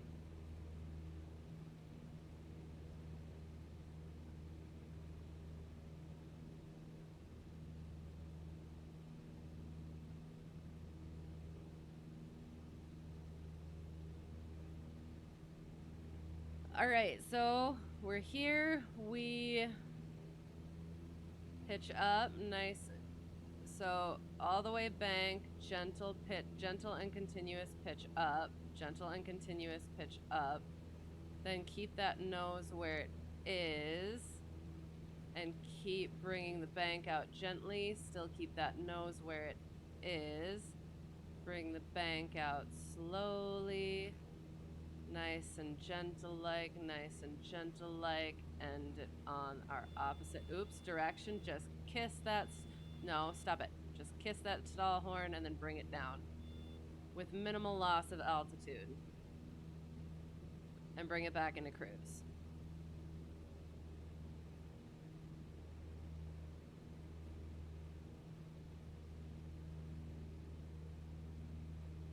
And then we do it to the other side. Yay! Ah.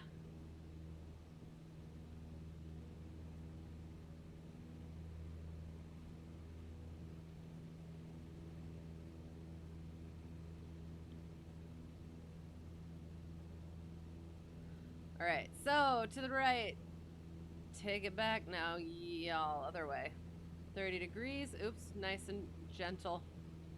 Gentle and continuous, bringing up of the nose. Gentle and continuous, and then keep that nose up while bringing the bank out. All the way to the opposite frickin' direction.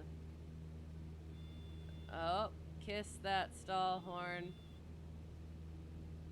And bring it back into cruise with minimal loss of altitude.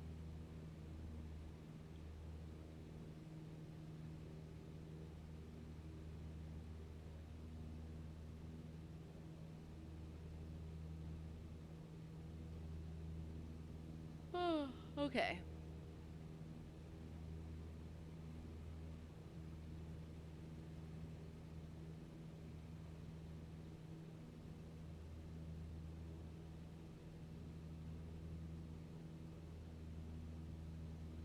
Okay, stalls, I suppose.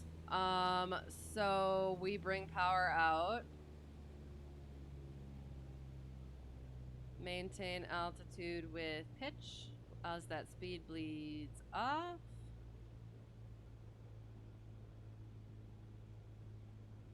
You want to study aviation management. It's so afraid. You won't absorb the info and won't pass the class. But that's why you gotta just try it.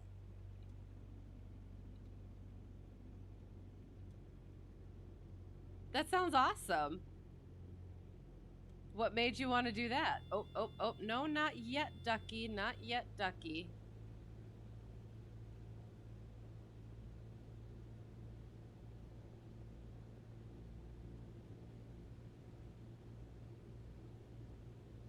Alright, so now it's pitch for speed, power for altitude. And again... Oops. You ever heard Tim learning though? Is it just the way that it's being taught, though, is the thing? Because there's different ways of teaching things, and there's different ways of learning. So maybe you learn just fine. It's just the way that the teaching is that does not jive with you. If that makes sense. Does that make sense? And like I'll do aviation itself as like a thing. I actually talked to the owner of the airplane in the airport about this just either this morning or yesterday. Because he was talking about he wants to do his instrument, but he hasn't even started yet. And like if we did study buddy thing, like he said it'd be like helping a caveman through it. And I'm like, no, because here's the thing. What I've learned, or like what I've seen as a trend in like aviation stuff, is that it's a lot more practical people versus like the book learning people. So they're just fine flying the actual planes, but like the book learning is what a lot of them struggle with. And it's the complete opposite for me, where the book learning comes super easy and the practical stuff not as much. We'll go with that. So it's just about what I use languages. It's like what language the teaching is in and what language you best are most fluent in. So you might understand all of the information in a more practical form, but you have to have someone who knows how to like translate the book learning for you effectively, if that makes sense. You always want to do aviation management, but never did have the confidence. Just do it, and the book learning is hard. You just gotta do it. I believe in you. Hello, how's it going? How's it going? Oh God, we're gonna stall. We're gonna stall. Hang on, 1 second. We're actively trying to stall, but I'm also not paying attention because I'm checking things. Hello, Sparky Pilot. How's it going? How was your stream? How are you all? How is it going? Welcome and thank you. Cole Nebo, thank you for the follow, and the Corgi Meister. I love that, corgis. The owner of one of the owners of the airport that I fly out of has a corgi, and it's super cute. But yes, thank you for the follows. I appreciate it. Thank you for the raid. Hello, how's it going? I'll get back to the things, and then I will actually get into the stall. Sparky told you to say hi, otherwise you'd get bonked. Oh no, you can't get bonked. You cannot bonk a corgi. Or anyone affiliated with corgis. Hello, Sparky Raid. Yes, I hope you're well. There we go. Yes. And Snake Raptor 42. I hope I didn't say anything naughty. Thank you for the follow. I appreciate it. And believe it or not, there's a community college of the street for you about an hour that teaches aviation management. Do it. You've always wanted to get into the aviation industry. Do it. You actually worked for the airlines for a bit, but didn't like the job as much as you thought. You would still like to be back in aviation if possible. Do it. Definitely. Just do it. Don't stall, but we're going to. We must stall. But yes, willingly, and purposely. Going well, good. You did emergency practices. How did it go? I also need to do emergency practices at some point. Bookwork is hard. Again, it is. It's a certain, okay, again, this freaking, I'm at like the lowest speed possible and the highest not tax setting, RPM, and I still freaking descend in this thing. I'm sorry. It really, I do think it depends on your learning, how you learn personally. So if you are more practically inclined, like, yes, that stuff is going to be hard for you, but do not let it stop you from getting to where you want to go. And it was great. You only died like twice. A healthy number, I think, under the circumstances of what you're practicing. So very nice. Excellent. Okay, we will quick do a stall. So we are set up for the stall. Ducky is ready to go. So I just need to remember how I'm supposed to do this. So then I bring it down to about like a 500 feet descent while bringing it. So again, the power off stall is like we were coming in for a landing and then decided to do the thing. Brake. And then we boop. And then we get to our proper speed. So we bring some flaps out, bring some flaps out, bring some flaps out. Excellent. Amazing. And we're supposed to be 3,000 feet above the surface. We'll do, yep. So power on stall is next. Returning to easterly. Your issue is your confidence, though. That's your issue. And the math, you would definitely benefit from a study buddy.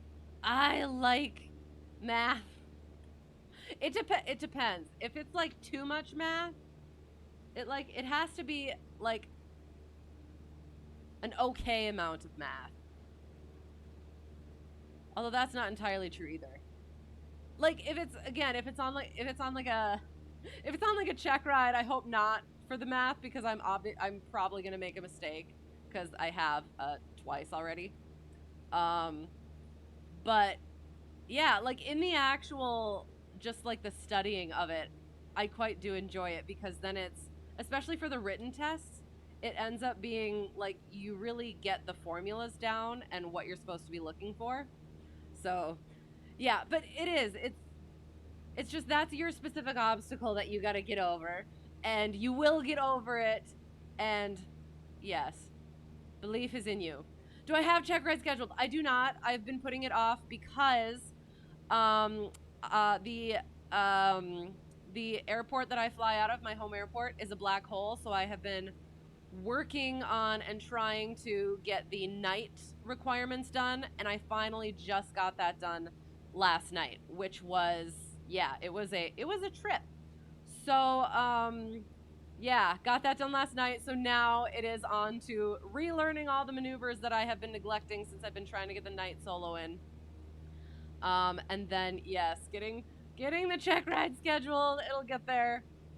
But yes, soon-ish, but it depends on DPE's schedule and my comfort and proficiency. So, and yes, was it a great stream? Excellent, you had fun. But I'm also super. Thank you, I appreciate it. When I'm not doing all the strange things, we will do a power on stall in a little bit. You like it, but you have a hard time learning it. But that just makes it sweeter once you get through it. So definitely do it. You love doing the weight and balance. So definitely like focus on that and get like that down pat and really well. And then maybe that'll kind of help other things kind of fall into place too. Boom. Nailed it. Oops. You've watched people like Flight Chops on YouTube. Yes, throw a challenging situation together with task saturation and math. And it is surprising how difficult simple math can get. Oh yeah. Oh, absolutely. Like I was talking about, so last night I ended up getting rattled. I was trying to go into my black hole home airport. I had done it once before. I had to do a go around, and then it was a questionable landing. But I did. All I had to do was land back in it like normal-ish, and I could not get it done, could not get it done. And I tried and I tried and I tried. And I started getting paranoid. I was rattled, and it was just taking too long, and I just did not want to mess up. So I ended up flying to another airport, and I've been flying this plane for the past 2 years. I've gotten really comfortable with the avionics, the GPS, all that stuff. But as I was coming into that other airport, I was so paranoid and rattled that I wanted to get like the ILS on the plane so that I had something to follow. And I just could not bring myself to like actually get all the GPS stuff in. It just seemed like it was gonna overdo it for me after all of that stuff. So I was just like, you know what to do. Just do it the way you're supposed to do it. And I ended up landing just fine. But yeah, it was one of those, like, I was miffed at myself that I couldn't actually get it done. But I've been told frequently that it's a tough airport to fly into. Most people don't fly into it at night. And one of the things is I realized, or my the owner, when he came to pick me up from that other airport, he mentioned, he's like, oh, well, there is no moon tonight. And I looked up. I had made sure there was going to be some moon, but I thought that I had made sure it wasn't going to be obscured, but it was. There was absolutely no moon to help at all, and that was part of the issue, I do think. And looking back, I feel like I was relying on my instruments more than I would have liked to, and more than I should have, because it's definitely a visual airport. So, yeah. And yes, I will get there. But yeah, I do. I want to be good. I want to be good for it. I'm nervous about like the power off 180 and stuff, but we'll see. Thank you. I appreciate it. Preflight cross country always takes you 2 hours. Right, exactly. It's so much easier to do in ForeFlight, but it is good to have the skills, the paper skills. And I want to start getting that more into these Checkride things. But it's just been a little bit much recently, so. What up, how's it going? You force yourself to use the paper E6B. Yes, it's faster for some things. Oh, like the wind wheel?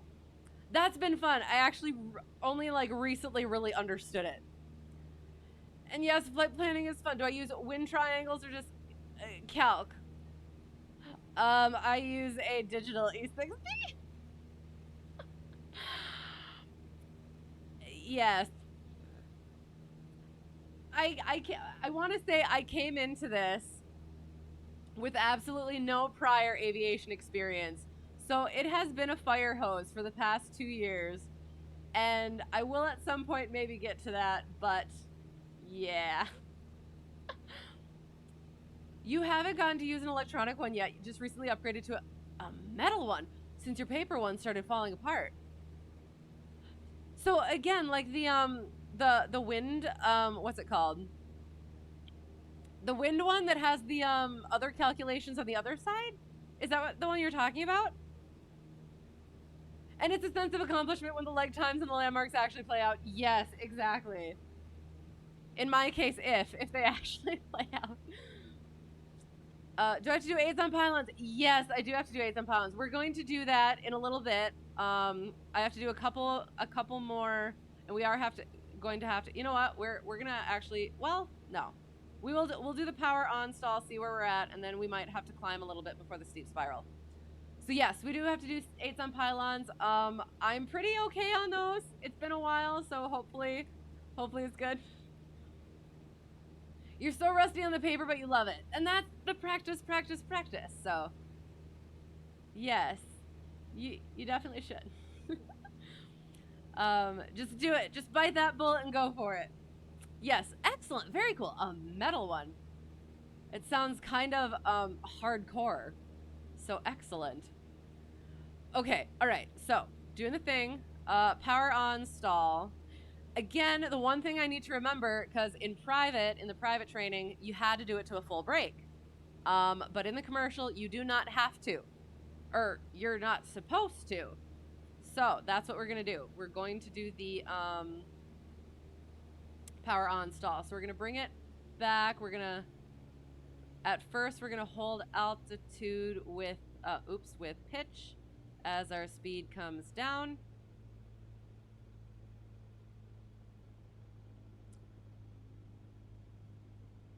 And we'll get it to about, again, it's been a while, so I think about like rotate speed. And then we power on and pull, oops.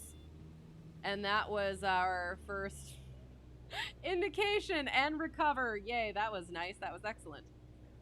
The other thing I will practice again, it's maybe not the best idea because I haven't practiced it with instructor in a while, but there's the possibility of pitch for speed, power for altitude. The possibility of turning stall. So, and I assume that one, I will. I'll have to, oops, first indication, I'm not sure. So I'm not, I will have to do that with instructor again.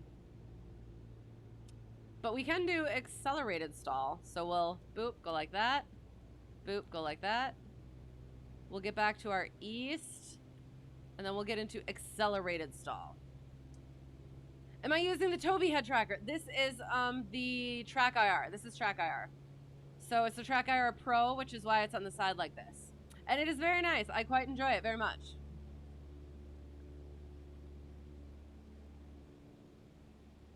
It is quite helpful.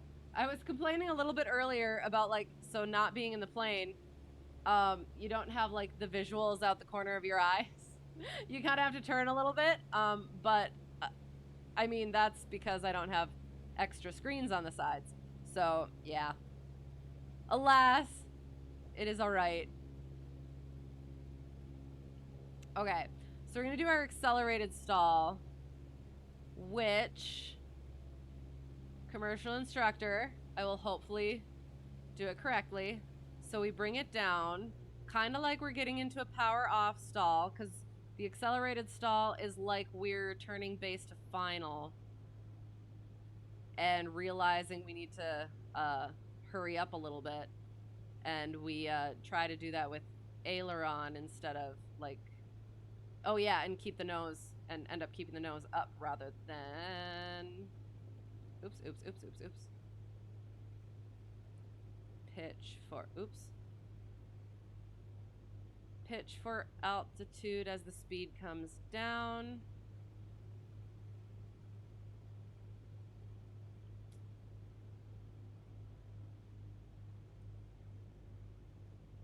Okay, and then we look back like we're looking, and we power out, and we, and then we, first indication, we whip it into that 45 degree, and then we immediately keep it under control.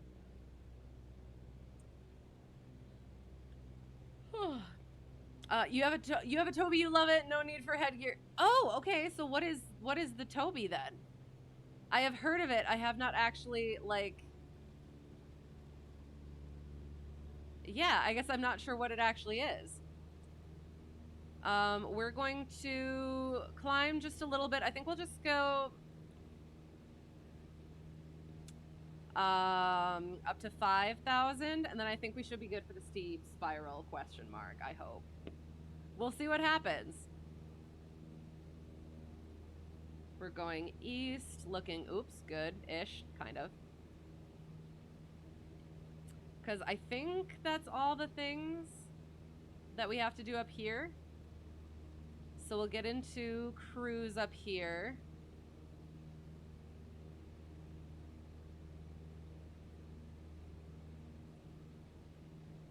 All right, and then we're apparently going 79 knots, so we're gonna assume that that's our headwind. So boom, shoop, and then we pitch for our glide and 30 degrees it. We're gonna stay above that thingy, whatever that may be. Nope, shh, hush ducky. So we need, steep turn, and then we kind of like level it out a little bit while keeping our thing there.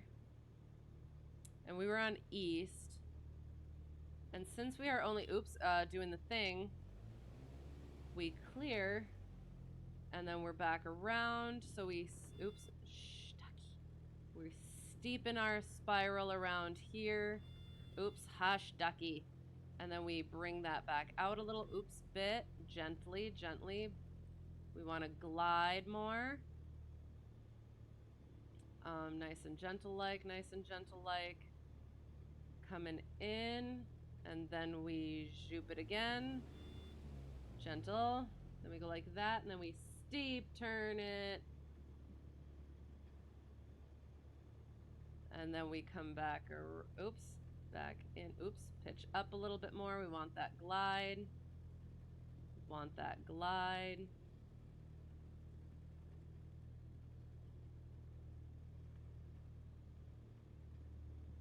And this is our third. So we bring it out. See, I feel like I should have lost more than 1,000 feet, but okay. We're gonna pause. We're gonna check at where we're at. We're gonna bring that back.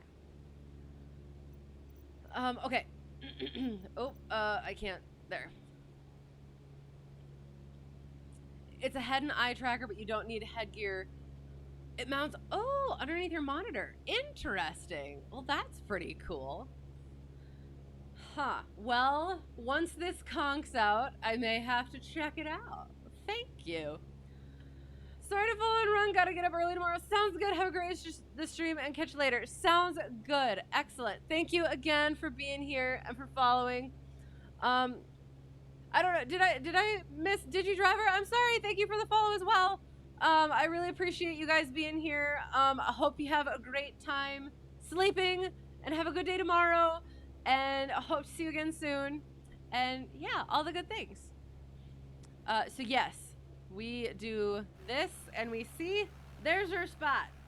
And we will also check, please for the, no, I forgot to start little freaking nav map again. God dang it. For the love. Oh my God. So, okay. It was kind of a, I don't know. It was kind of a shifty one anyway.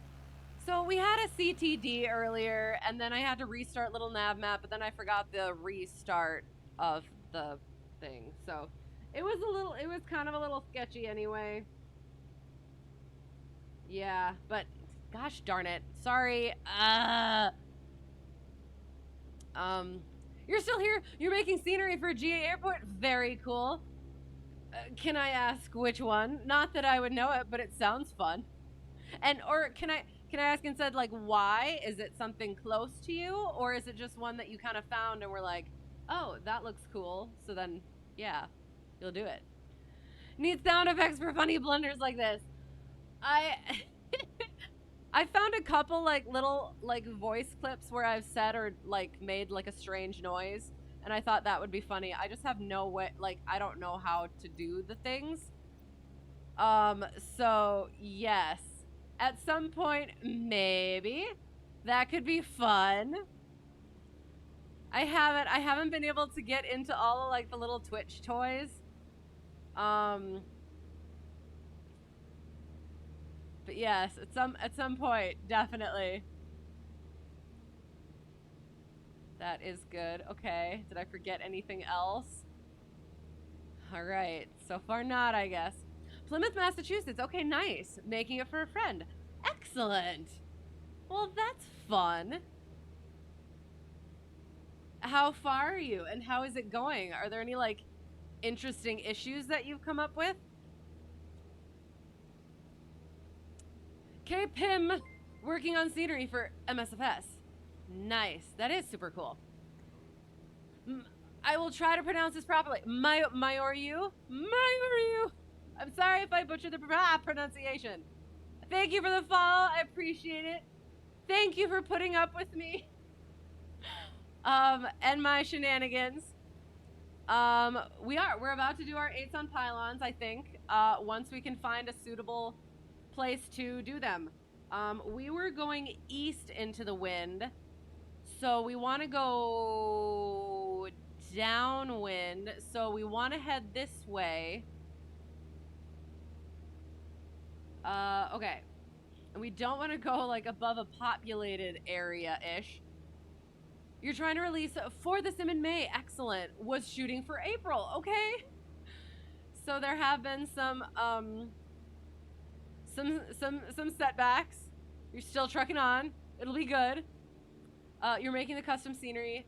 It's challenging, but there's also making all the other usual stuff, painting the taxiways, choosing apron textures, making the runway a good place to do runway things. Fair enough, fair enough.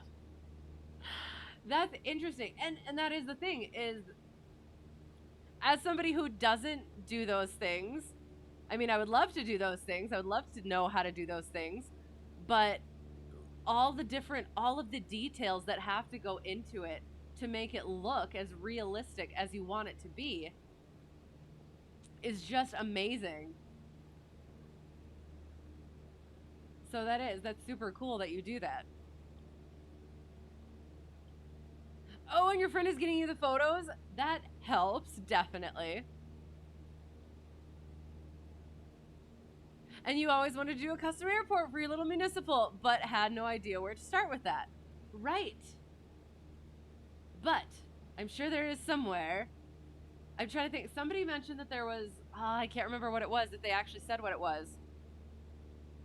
I could definitely put my carb heat back in. That would be a good idea. We're looking for points. We're bringing this in. We're looking for our freaking... I'm actually really terrible at finding lazy 8. You know what? I kind of like that, and I'm hoping that that's gonna work. Okay. So we have to get down like 600 feet, and around here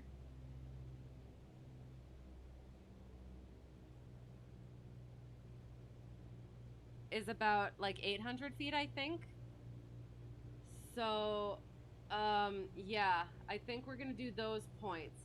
Again, I'm not sure if I have to tell my DPE what points I'm aiming for or not. During my private check ride, when I was supposed to do turns around a point,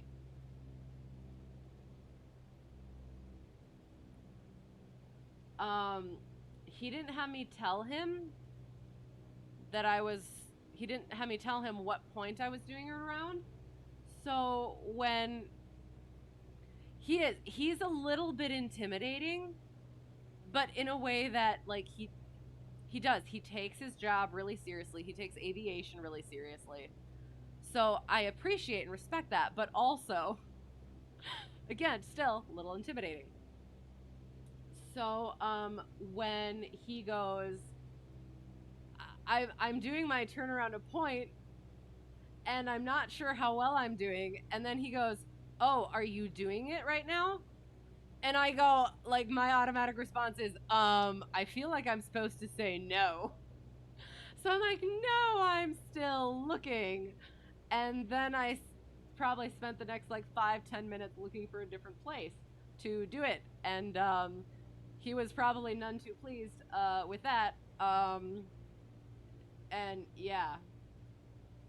But it ended up working out, I guess. So it was okay.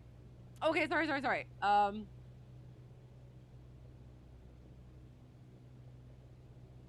You were thinking of renting out of him. What a small world. That is a small world. Interesting. I am not sure I'm going to be able to find my points again, but we're going to see what happens.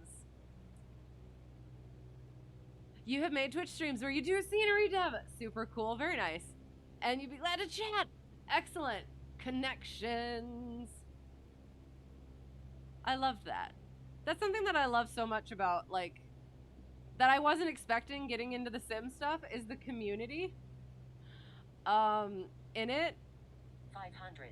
Oh, okay, sounds good. Thanks, Preflight. I'm not quite sure where my, oops, I should probably bring it, up a little bit. All right. And Eric Flight is on Twitch and YouTube, flies out of, oh, Pim in real life. Also has been a strong supporter of the project. Nice, and he's gotten you the photos. Very cool. And your DP was super cool. She's a national aerobatic champ. Oh my gosh, that's actually kind of why I got into aviation. I went to Oshkosh in like 2017, and I was like, huh, that looks like fun. Maybe I'll do that someday. And then like other things happened, and eventually it was like, oh, I guess it's happening now. So, I mean, I'm not heading. Oops. Oh, hang on. We're questionably um uh we're gonna go for it, I think. We'll see what happens, I guess. So yeah, so that is awesome that your DPE just freaking aerobatics. Has she? So my DPE is like, he's super cool when he's not being intimidating. So like once we're out of like DPE mode, or once he's out of DPE mode and I'm out of panic mode, he'll like will like do stuff. So he'll like show me stuff. So did you get to see any cool stuff or experience any cool stuff once you were done with Checkride, or before or after Checkride? That sounds so cool.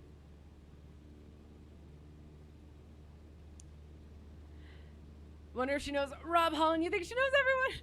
Named Debbie Rin Harvey has. Oh shoot. Oh frick. Sorry. Hang on. We're gonna actually try and make this salvage this 8-on pylon. We're a little bit high. Well, oops. Shoot. Aha. Not letting the gamer word slip tonight. So we nose down. In order to get back on that thing.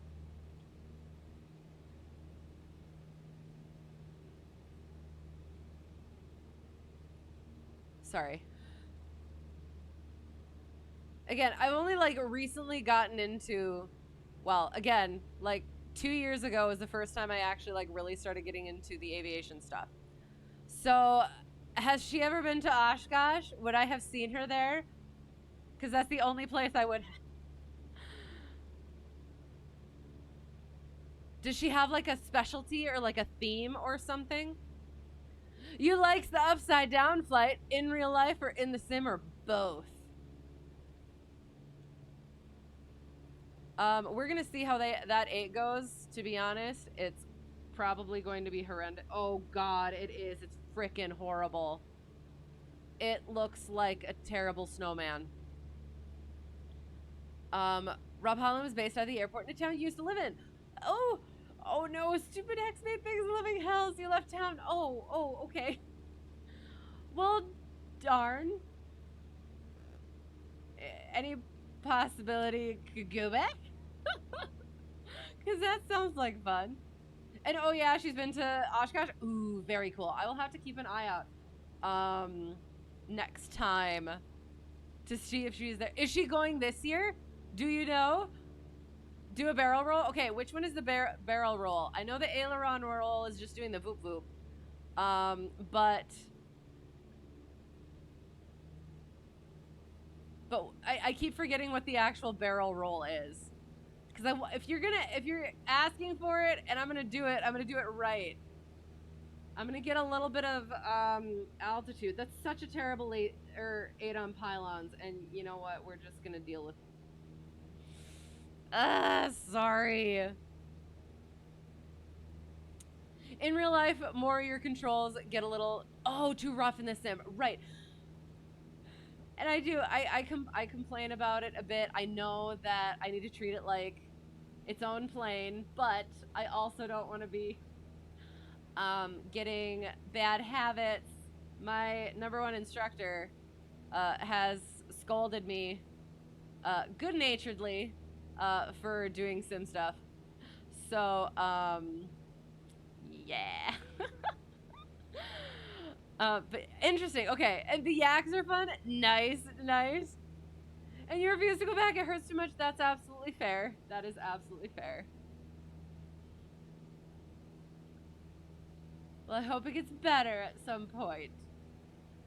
Can watch me do my shenanigans, at least. Okay, so barrel roll. I'm gonna probably just do an aileron roll because that's all I know how to do, so, kind of ish. And whether I actually can is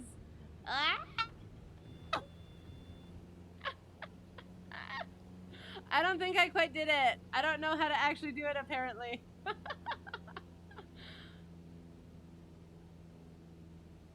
I assume I'm probably, you know what? I was probably supposed to go, was I supposed to go faster?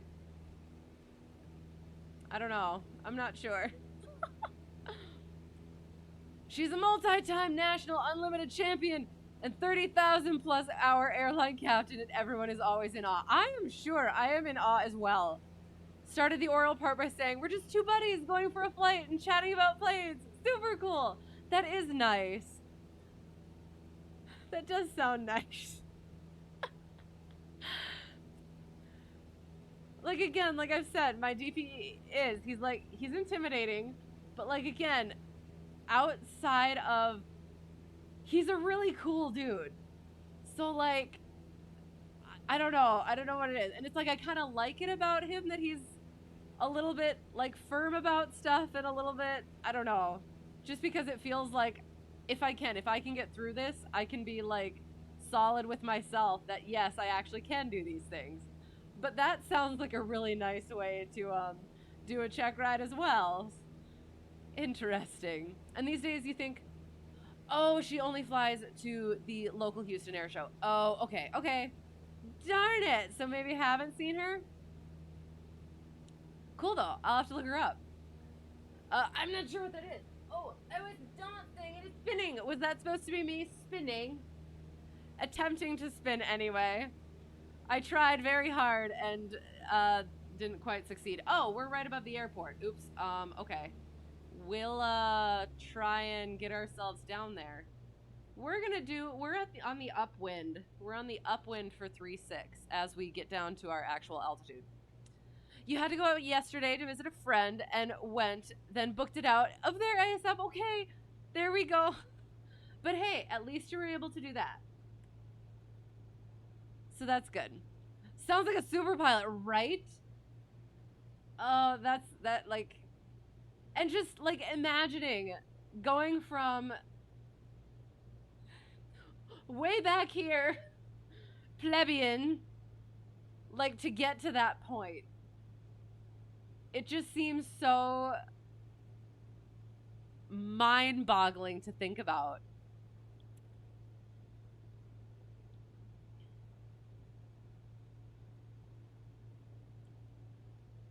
You think she is anyway? Oh, okay. Yeah.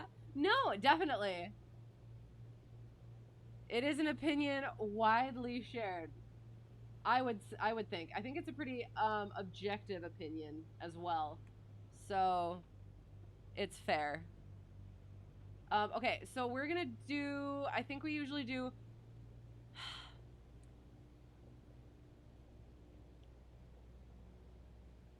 I'm like not being that, I'm probably, yeah, no, nah. Sorry. Get some bank in there to drop us a little more. 1,300, there we go, okay. So now, 1,300. So we're doing our landings now.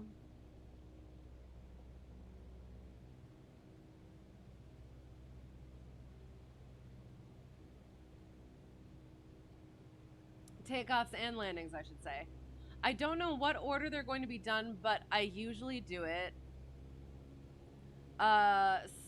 Short field landing, I think soft field takeoff, soft field landing, short field takeoff, and then the power off 180. Because during my private check ride, he had me do the short field first and then the soft field. So I feel like that's probably how he'll do it this time. So we're doing short field. Oh, sorry. We're gonna land on the first stripe, I guess. Oh,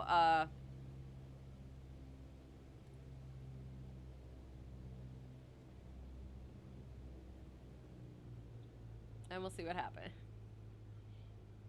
The answer to your learning, you make flashcards, but 0 friends to quiz you on. Oh no! I mean, aren't flashcards supposed to somewhat be I guess I don't use flashcards, so I don't. It's like a weird thing to like kind of not know how it works. But can't you kind of quiz yourself though too? Weird. Okay, interesting.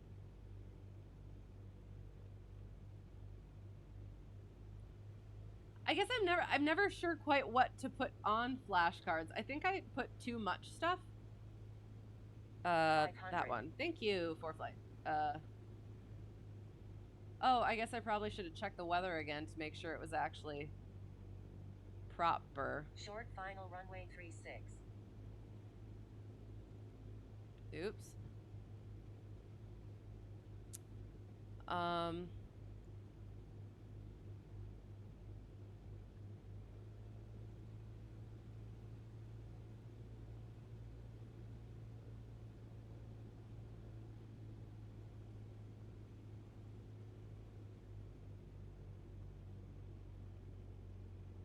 Oh god, oh god, oh god. Oh god, oh god, oh god. Oh no, and then I freaking floated it. Oh my, oh, Checkride freaking busted. Frickety frack. Sorry, we're going. Ah! So that would have been my one allowed go around. I think I'm allowed one go around. So that was a regular takeoff. Shoot, we're gonna come back around and try that again. Sorry. Flying Basil or Basil, one of the two. Thank you for the follow. I appreciate you being here. I'm sorry for my terrible landing right there. You know what? We are gonna quick check the weather to see what it is like. You know what? We are gonna go 1-8. We are gonna go 1-8 because the windsock earlier was favoring 1-8. So we're gonna questionably go the other way. I'm gonna scope for the windsock, see what it actually says.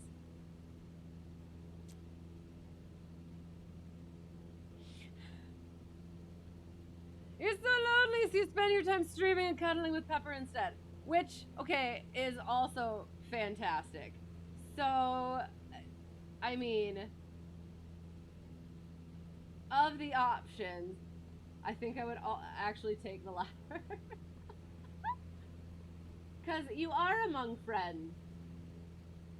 I am trying to find the freaking windsock. Is that the freaking windsock?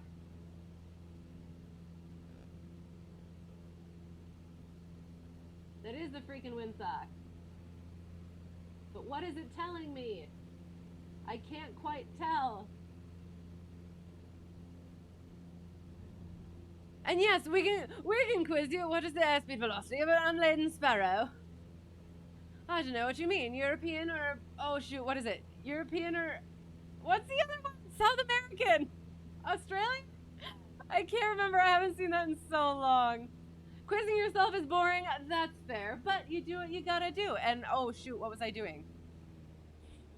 If you know what that is, I guess. We're gonna quick turn around. Sorry, I'm doing all the wrong things.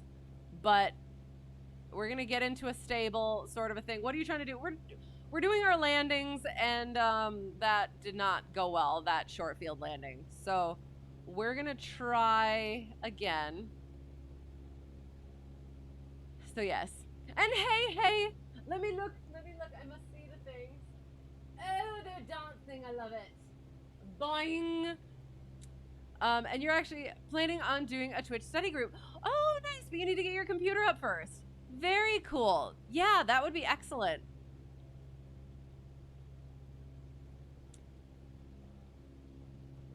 Stick your hand out the window and see which way the wind is blowing.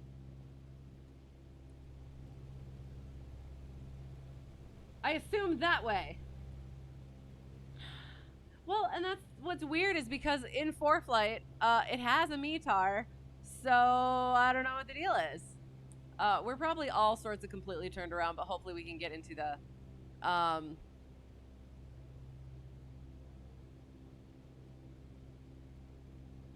oh, downwind.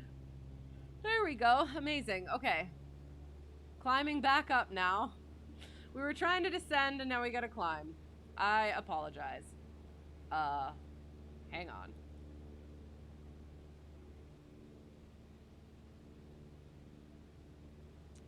Am confused. I am going west.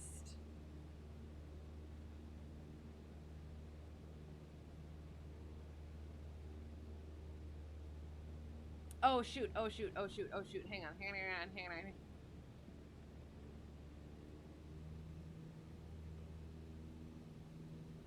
I got a little bit turned around. We're getting back into the downwind. What is your name? I'm Arthur, King of the Britons. What is your quest? And you want to brush up again on the private pilot and then study IFR? Do it. Do it. One of my #1 instructor's buddies, who I've flown with a couple times. Once now, actually, only. We were supposed to do safety pilot stuff, but his plane was like in the shop and stuff. But he's supposed to be studying for his instrument, and I've told him I would be available to help and brush myself up on it, and he's slacking.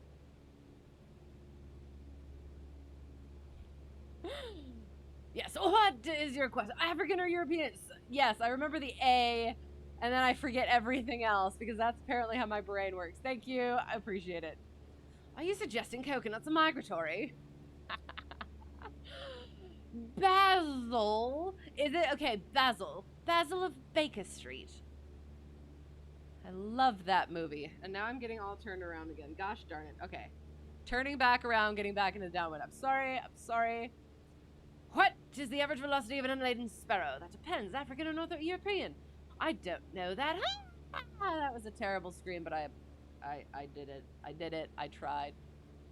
Not at all. They could be carried. You could use some study for your PPL. You have a few tests that need taking. What, like what? So the written, yes?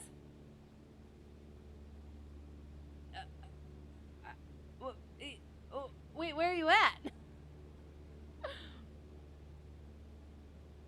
Yes, indeed. Excellent.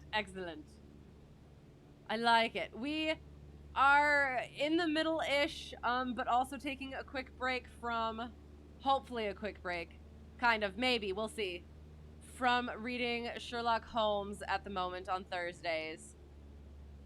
And I loved that, The Great Mouse Detective as a kid, and then being able to, like, having read all of the actual Sherlock stuff and being aware of that, it just makes it that much better.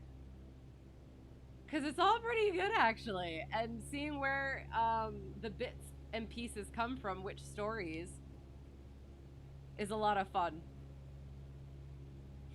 Are you suggesting a 5-ounce bird could carry a 1-pound coconut? You did learn reading the Airplane Flying Handbook that the DOT was established in 1966. Wonderful! I don't think it ever comes up again. At least not so far in my training. So we're at there. Mixture's full rich. Carb heat goes out. Doing the thing. Bringing it down.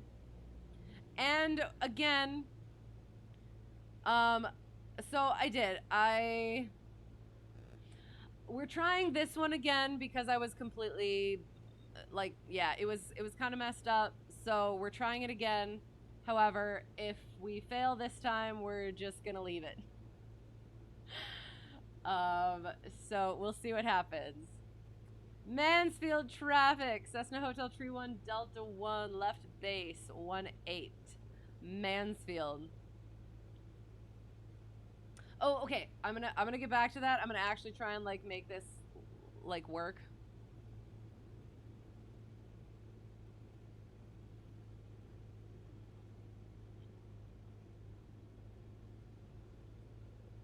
So we're trying to do the short field landing.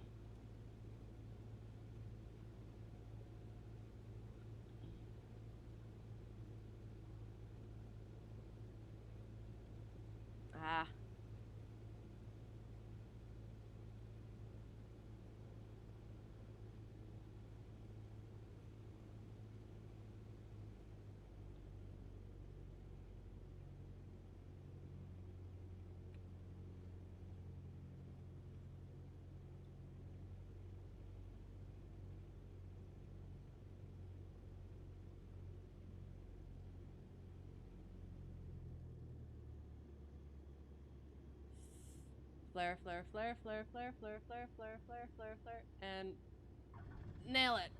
And I am on the brakes. I am on the brakes. Hoi, yoi, yoi. Okay. Your rent is expired. Okay, and you're hoping in a few weeks knocking out your solo cross country. Nice. And after that, Checkride. Nice. Well, good luck. It'll be great. Excellent, excellent. Yeah, knock it out, crank it out, and get her done. That's excellent. Am I near this airport? IRL. It's not a terribly long flight from your home base. I do not give away my location. But potentially, probably not. I do. I want to like. I don't. I don't give out. I try not to give out any sort of even little things. I've gotten paranoid about. Oops.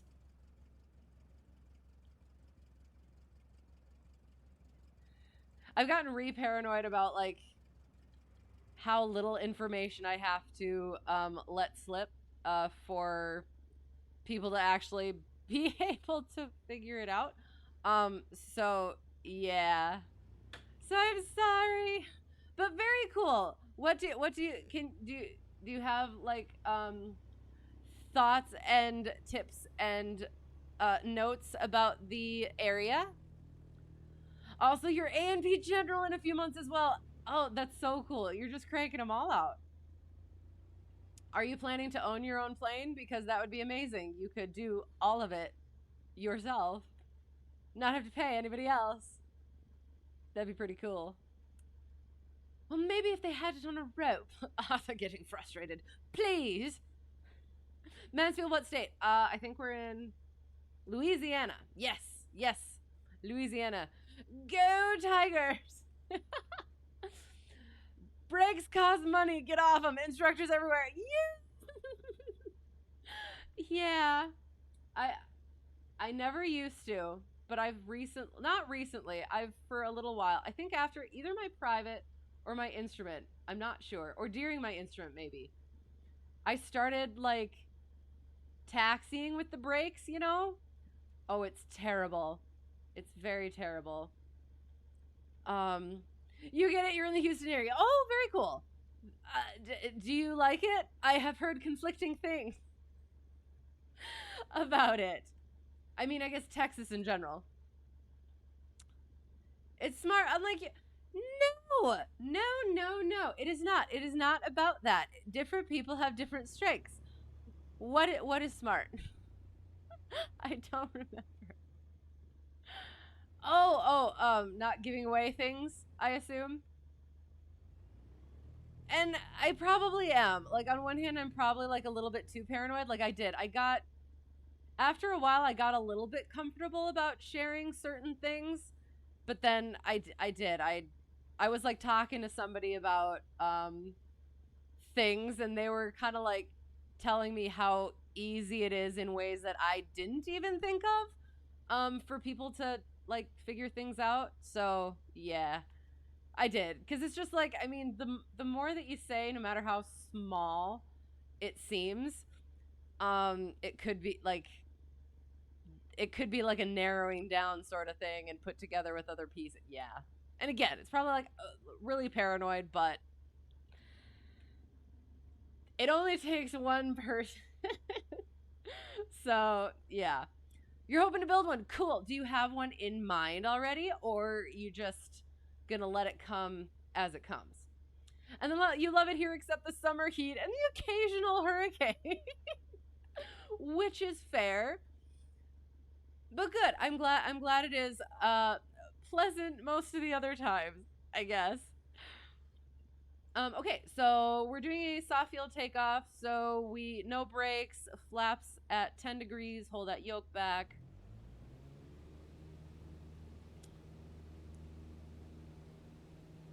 Ducky is ready to go. Could probably, zoom in on that a little bit. Get off the ground, and then we get into ground effect. Nose it down, build that speed. Once we get to RVY, we bring those flaps out. Excellent. It's odd going from a steerable nose wheel to free castering, having to use the brakes almost all the time. Are you talking about a tail wheel, or do I not understand what you're talking about? Switch to free castering. Interesting. I am concerned and confused. Oh, it's super easy to figure out where someone is. Right, a little paranoia is healthy. Yes. A lot of paranoia. There are a few you want to build. So you said you're hoping to build one. It's not just one, is it? You're going to have a fleet. That could be fun. Do I recommend any online schools for PPL? Okay, so it depends on what you are doing. Definitely talk to your instructor about it, because your instructor will be able to tell better be able to understand better how you work, and be able to give you advice that way. But for me, I am a self-learner. I like to learn by myself, and that's how my ground school went, was pretty much self-taught, with my instructor bringing it into practical application. So what I ended up doing is I read the entire FAQ. I did the ASA question book and the app. And then I did Sporties, and I just did those over and over. Like, I set the question count to 200, and I just did those over and over and over. And then, yeah, that's what I did. I'm not sure it's for everyone, but it was very cheap, which is helpful. Oh, shoot. I almost let a gamer word slip. Well, that's okay, because oops. We're doing our soft field, which is kind of hanging on to it as long as possible. So yeah, we'll get there. Because are you studying for yours then as well? If you are asking that question, or are you just kind of getting started, kind of looking into it? You know, a biggish YouTuber who has had people just come by her place to say hi, and she didn't approve. No, absolutely not. Like, I do. I've been there, like the whole like celebrity sort of thing. Like, I've totally gotten over it. Like, I can respect people for what they do, and oh god. But I can also respect that they don't know me. They don't care about me specifically. That's not a mean thing to say. It's just, as someone who has like only a certain amount of like Short final runway 18. Thank you, Preflight. Yeah, there's only so much that you have to give to other people, and you want to give it to the people that you're closest to. So as much as you can appreciate fans and other people appreciating you and what you do, it's not necessarily a reciprocated thing.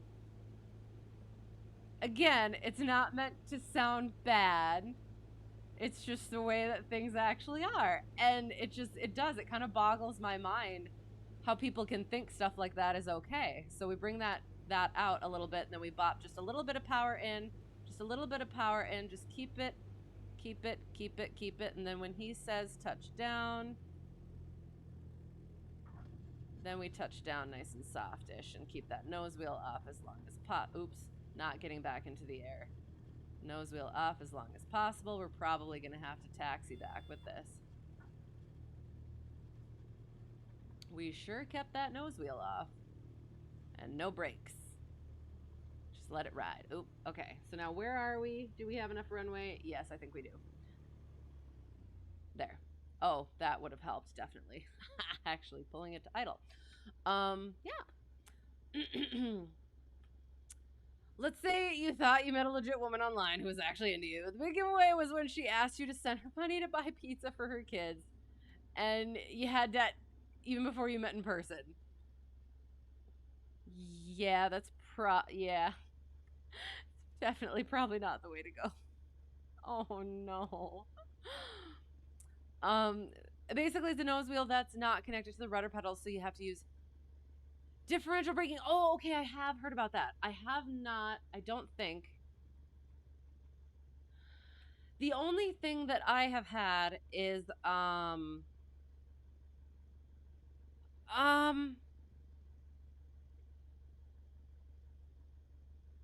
no, that's something completely different. I had a hand brake instead of brakes on the pedals, so that's definitely different. Interesting. Okay. At some point I'll have to is that what you are working in now? Did you have to switch for some reason? And yikes, right? And the plane you fly has it like that. Okay, it was so hard to learn to taxi that thing. Oh no. I'll have to actively look for that then. I like to challenge myself. Why does that look like it's favoring this runway? It doesn't matter. We're doing it. We're continuing to do it this way. Castering nose wheel for the win. I like that. I like that. You had Sporty Study Buddy on your phone and constantly went through tests. Right. And that's the thing is some people say like just don't do the tests over and over and over again. But if you're going through the questions over and over again rather than just taking like the 60 question tests, I feel like that is helpful. You get more of the what's the word? More of the data bank if you set it to the 200 questions. And then anything after PPL, Shepherd Air. For the written anyway, not necessarily for like general like actual studying, but at least for getting through the written, definitely do that. The word was hit with an S in front of it. Absolutely fair. You're just getting started and you're looking into all of this. Excellent, excellent, most exciting. Well, so yeah, so this is well, again, this is what you have to look forward to. If are you looking just to go private, or are you going commercial, ATP, all sorts of things? You had been flying the 172 for a while, then a friend took you up in an RV-12 and let you taxi. To you, it just felt wrong. You then switched over to a DA-20 that does that too, but don't like how you fit in the plane. I've heard that that's a thing. I flew in a 150 or 152 like once, and I had to fold myself into that thing. So I do understand that. That is something that you have to think about. So interesting. You're a YouTuber too nice, but you feel like as a dude, you're at less risk for crazy stalkers, so you don't hide your city. Which it can also be fair as well. But yeah, I mean, it doesn't. Like, you never really know. So, but if it is, if you're cool with it, that's absolutely cool then. Because I do feel like there's also like a section of people who like it's almost worse if you try to hide it because they're gonna try to find it then. So it's like you're just making it a challenge, and it's like that's not the intent at all. But you balance it out. And so all this messing around tonight with Blender might actually produce something for your scenery tonight. Yes! And in true scenery dev fashion, it has nothing to do with papered airport operation. As you do. The best distractions are the ones that actually do, or the best diversions, deviations, or any of those things are the ones that actually do lead to something. Whether it's actually for the thing that you intended it for or not. It's worth it to get your PPL. Yes, it absolutely is. Like I have thought even recently, even if I never actually got my commercial certificate, even though that's what I'm working on, if something happened and I could just go up and do pattern work close to sunset, like once in a while. Like, even that is just, yeah, hecka worth it. Don't knock down your car size 150 and 152. It was the one airplane that was like somewhat squishier, on the squishy side that I've been in. I've only been in 172s and a Comanche, I think. Oh, and a Kodiak and a Mooney. I don't remember the Mooney much. Oh, okay. So we only have the power off 180. So I guess we'll. Oh, sorry. So short field takeoff. Brakes, power, and go. Right now, you just want to get your private license, but if you can change careers after a while, then you want to. My number one instructor, my first instructor, and again, still number one as always, he was an engineer and he got his PPL, and 10 years later, he got his commercial and instructor, and he is now, he was flying for the regionals, and he recently switched, got upgraded, so it is possible. And even if it takes a while, can still get there. So, yeah. It's in the scenery. Well, that's good. And autocorrect changed your words. Like, your autocorrect must have it out for you, honestly. Clown car size. Okay, that sounds right. Okay. Like, I kind of got what you were saying, but at the same time, I was like, it sounded not quite right, but I let it slide. Because I did. I felt like I understood. And it could have just been me, is usually my go-to, is like, if I don't understand something, it's probably just because I don't understand it.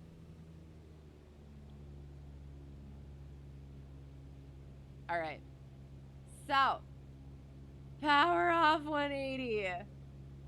We're going to try it. So, I'm going to go sterile cockpit for a little bit. I'll get back to that. I'm having a great time chatting with you guys, but I want to make sure I make a good showing here. Hopefully. I haven't practiced these in real life in a long time, and I'm really, really hoping. As I say all the time, I do fly better in real life. Just so, like, that is clear.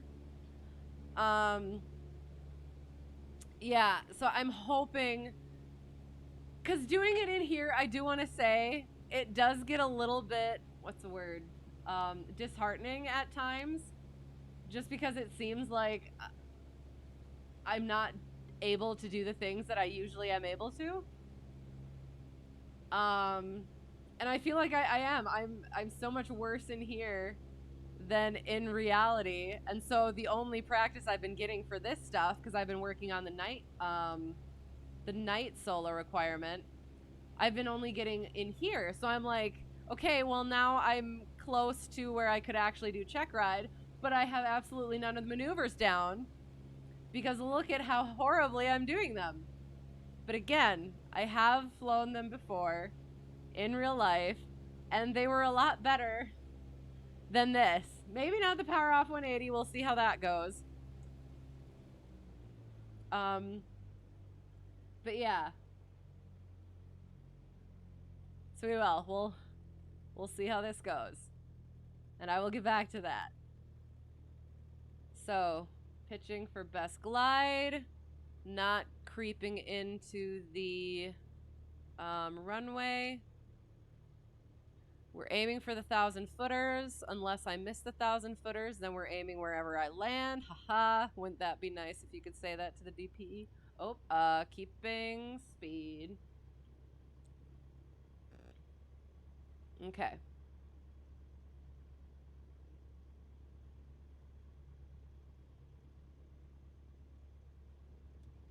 Oop.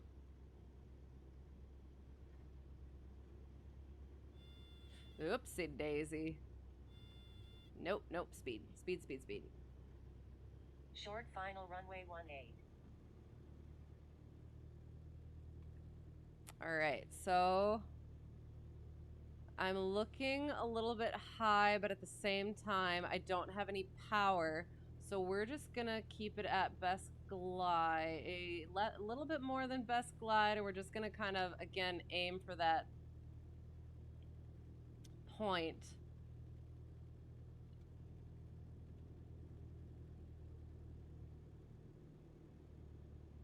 And now we...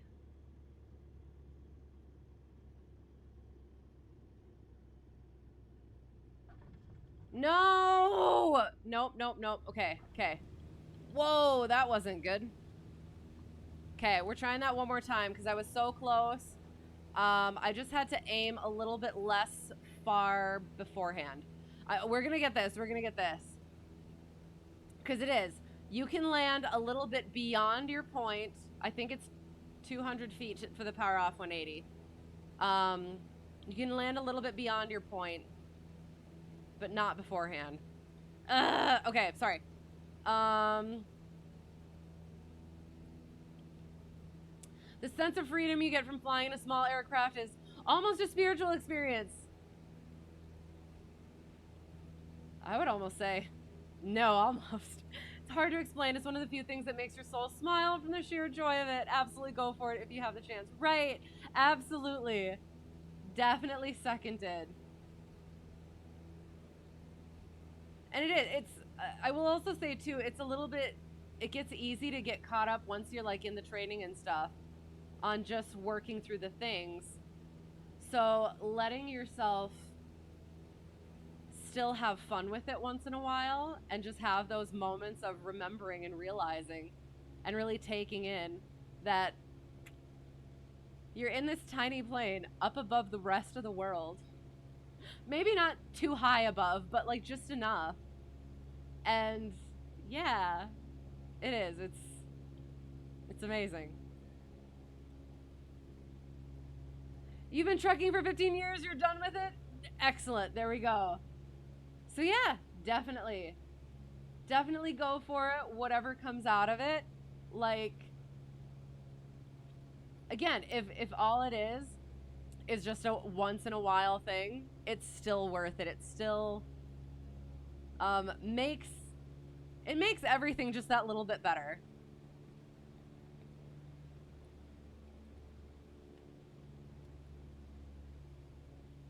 Okay, we're gonna try this again. So we're gonna aim, like I had enough speed. I needed to not aim so far away from the 1,000-foot markers. And then I would have been able to just, cause yeah, I nosedived a little bit too much and I just couldn't hold the float. I should have bopped in my lap. I had one more notch of flaps. I should have done that. That and you don't ever proofread your stuff and autocorrect always changes your words. Then you said it without looking and say, hey, that's not what I said. Which is fair. Okay, we're sorry. I'm gonna get back to that again. I just want to make sure I can absorb it, as well as do this correctly. We're gonna get this one.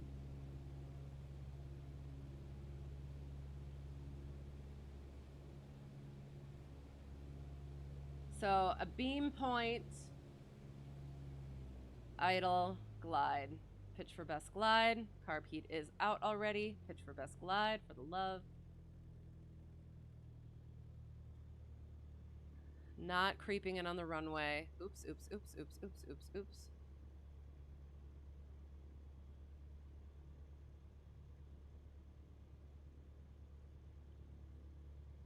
All right. So I need to go out just enough, but not go out too far.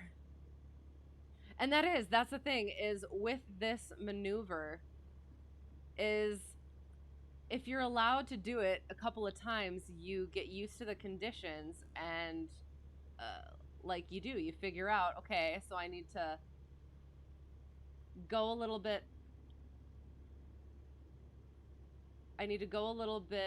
further on my downwind than I was going.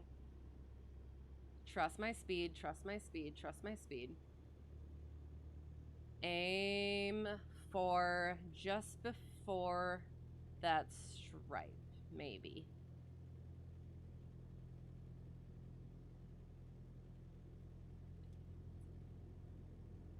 Little fast, little high. See, and this is, okay. Just get, oops. Nope, nope, nope, nope, nope, nope, nope, nope, nope. Flare, flare, flare, flare, flare, flare, flare, flare, flare, flare, flare, flare, flare. And plant it! Yes! I don't think that would have worked in real life, but it worked for there. We did the thing! Questionably, but we did. And it is just like all the different things that you can do. It's like it is. It's like this wide thing that as you get closer and closer, it just keeps narrowing until a point where either you're gonna get it or you're not. I mean, obviously, but that having to look back and be like, oh, I should have done this differently. I could have done this differently. And yeah, making whatever choices that you need to in order to get where you need to go. Yeah, anyway. When you told your teacher in high school you wanted to be a mechanic and was going to go to school for it, he suggested you get your commercial anyways, just in case, okay? And you're not sure how much you would enjoy flying the larger aircraft. They don't really appeal all that much to you. Here's the thing. You don't have to fly the larger aircraft, even if you don't want to. There are so many opportunities for commercial flying that, and I mean, probably not as lucrative, but depending on what gig you get, like the networking that you do, depending on your personality, there's a lot. There's so much that you can do. Even if you wanted it just like as a side hustle, like ferrying planes once in a while. If you wanted to instruct, like if that's a thing that you're interested in or into, you can make your own schedule depending on what school or not that you go to, what students that you take on, or like what situations. If you wanted to just do biannual flight reviews, if you wanted to do instrument proficiency checks, or if you wanted to be just that, like in a school where all the other instructors have their specific students. I guess we can start taxiing. Everybody has their specific students, and then you're just that person who gets to give that fresh set of eyes once in a while, or that like pre-Checkride sort of like get them used to flying with somebody else sort of person. You know what I mean? And yeah, so so again, this is depending on what you or who you know, kind of. My instrument instructor had do you call them clients? A client who is stinking rich, and he has a Kodiak. And so he just pays him to fly him around when he wants him to. Him or his family in this Kodiak. So he gets to fly a Kodiak and get paid for it and just kind of do that once in a while. So again, not that there's that, like those sorts of jobs just kind of like out there all over the place, but you do. You hang around airports for a while, you meet people. And the more you meet people, the more you meet people. So, yeah. And I will also say one of the things too is go ahead and get your commercial, at least just to make you a better pilot. And that's also, again, why you do your instrument as well. You do your instrument for that. You do commercial for that, even if you never plan on getting paid. You get your CFI for that as well, even if you never plan on instructing. It's potentially me, but maybe not. I don't know. We'll see. Get your CFII, because then it makes you a better pilot. All of those things, all of those ratings, whether you end up actually using them for what they're intended for or not, they make you a better pilot. Like, again, my night solo yesterday, trying to make it. My night solo yesterday, it was visual, but the fact that there was no moon, it was obscured and I didn't realize it. I was relying on my instruments more than I should have. Looking back, I didn't realize it at the time just because I was so used to doing it, because I'm instrument rated, and I put that work in and that time in and that practice in. So yeah. Anyway, rant. Sorry. But yeah, so just like definitely it just again, it helps you along your journey whether or not you actually want to get paid. And then at some point if you want to get paid, you already got it. So there you go. I am taxiing here. Oh, is he like coming to move me? No, he's probably not. He better not be. Don't you touch me. I don't know where you're going with that, and I don't like the look of it. Okay, so I think we did all the things, correct? Yes? Okay. Anyway, sorry. The best part about my streams are the phrases, the thing, I know, and then I swear I'm a better in real life pilot. Yes, I am though. And again, sometimes my brain moves faster than my mouth, so my mouth can only come up with the thing. So yes, I know. I appreciate that you appreciate it, and I'm not just babbling about things and the lady doth protest too much. I promise I do fly better in real life as well. Do not take anything that you saw there as actual, yeah, as as lack of skill. You find real life flying so much easier than in the sim. Yes, exactly. There's something. Being up there makes you feel disconnected from whatever problems you have. Right. You're also very ADD, and flying is one of the few things that just laser focuses you. And I have like felt that too, because there's the whole thing where you're supposed to like mentally be kind of detached from other things. But like sometimes things can get in the way, but when it's in the plane, you do. You can just focus on it, and then like at the end of it, like yesterday, it was like I was doing the night solo, getting rattled and stuff. I had all this stuff to do, but I just kept the focus on it, and I did the thing, got it down, was fine. But by the end of it, like afterward, I could finally kind of like let myself go a little bit, and it was like, oh, I am very tired, I am very drained, but it is. It's like at the time you just keep at it. So yeah, definitely. I definitely understand that. You had original Microsoft Flight Simulator on a Windows 95 computer. You want to know if you can actually do this? Yes, you can. Do it. Absolutely do it. So that's kind of what you hope your in is. You'd like to do scenery dev full time, at least. Cool. Excellent. At least you think you would. Okay. One thing's for sure, if you could manage your sleep to a minimum and do this for fun and profit, you probably would. Discipline is required. Yes, definitely. So yes, good luck with that. And would like to see it at some point if possible. So you said like May, right? Am I remembering things correctly? I hope so. Have a great night to you too. Thank you for being here. I really appreciate it.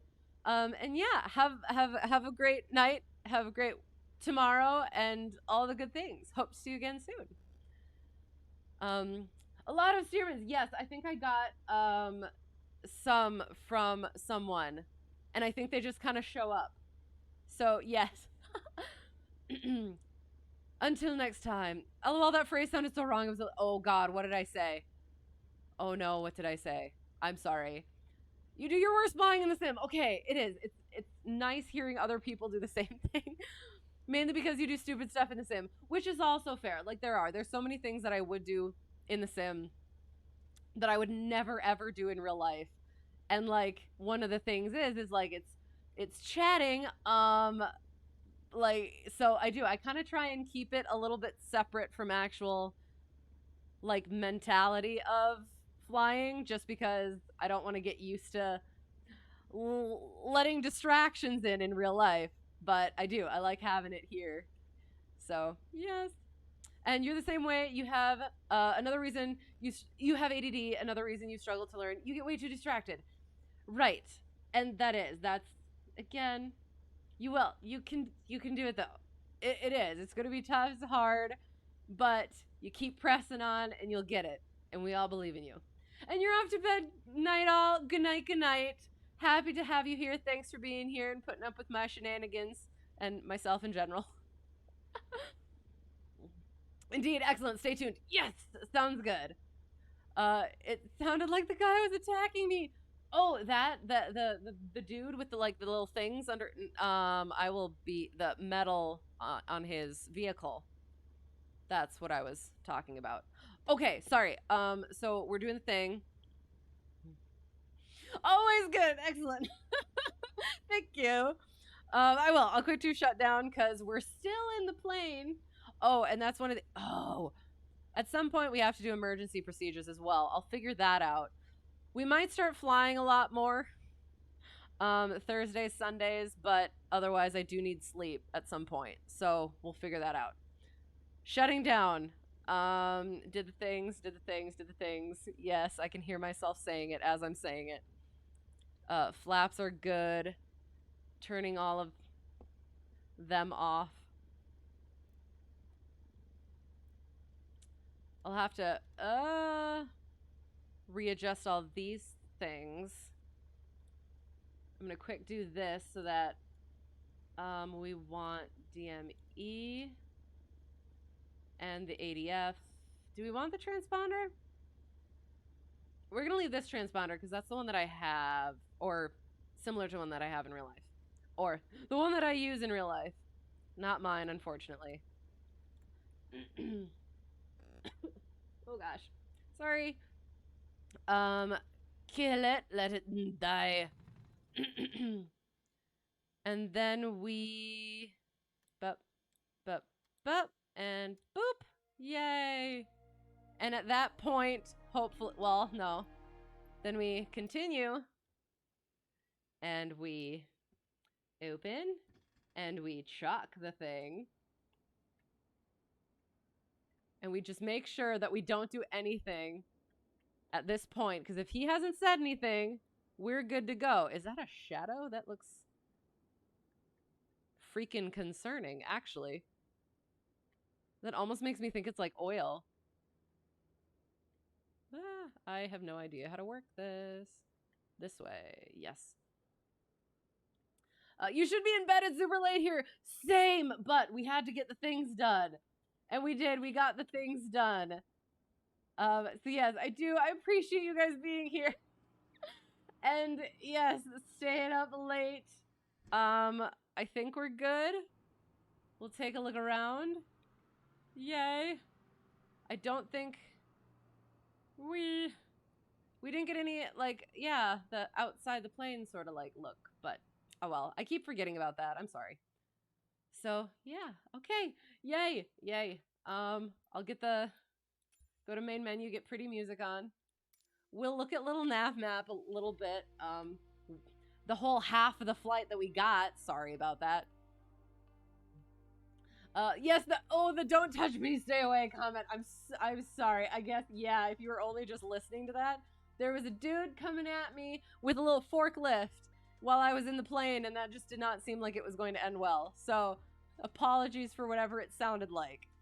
Sleep, we don't need that. Oh god, yes I do. I keep thinking I don't, but I do. Oh. But yeah, it's been a lot of late nights and then some early mornings recently. So it's yeah.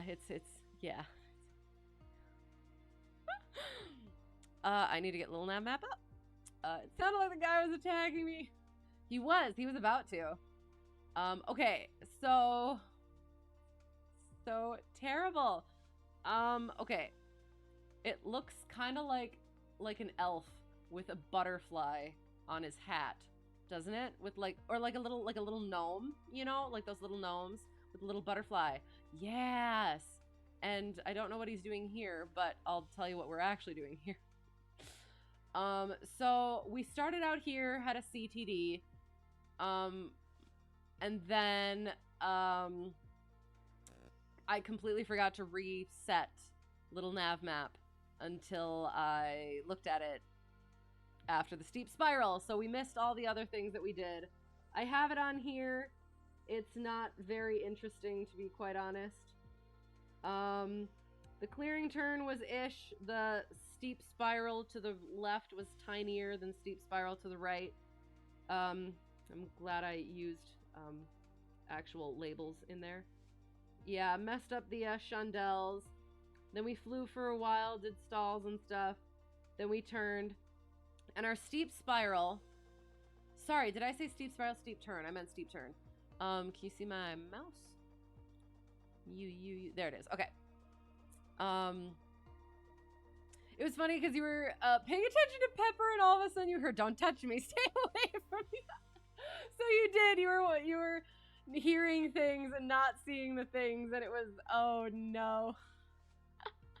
It did. It looked like he was coming at me, because like he was like moving, and then he was just looking at me. He was just facing, and he was just waiting for me to turn my back, so he could just.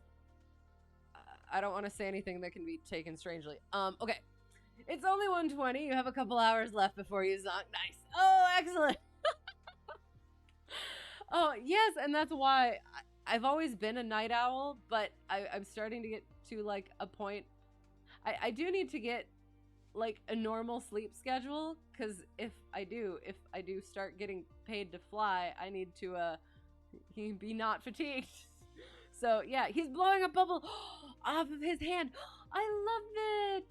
Oh, it's cute. Oh, I'm kind of glad that it got cut off then, because none of that came through, or would have come through without that. Okay, so I'll kind of show what the steep spiral kind of looked like, or I'll try. So it was like right here, and it went like this, and then it kind of went backwards. And I've had that issue where I do end up trailing a little bit one way. And I do think that is the way that the wind was blowing, so that is the issue. I do need to be aware of that. And then, oh God, are you ready? Look at this horrible, this is the worst lazy 8 or 8 on pylon I have ever done. Ever. Granted, did I really know what my 2 points were? No, I did not. So, lesson learned, know what your actual points are. And when you're in the upwind to go into the downwind and you find your nice spot, make sure you know where it actually is.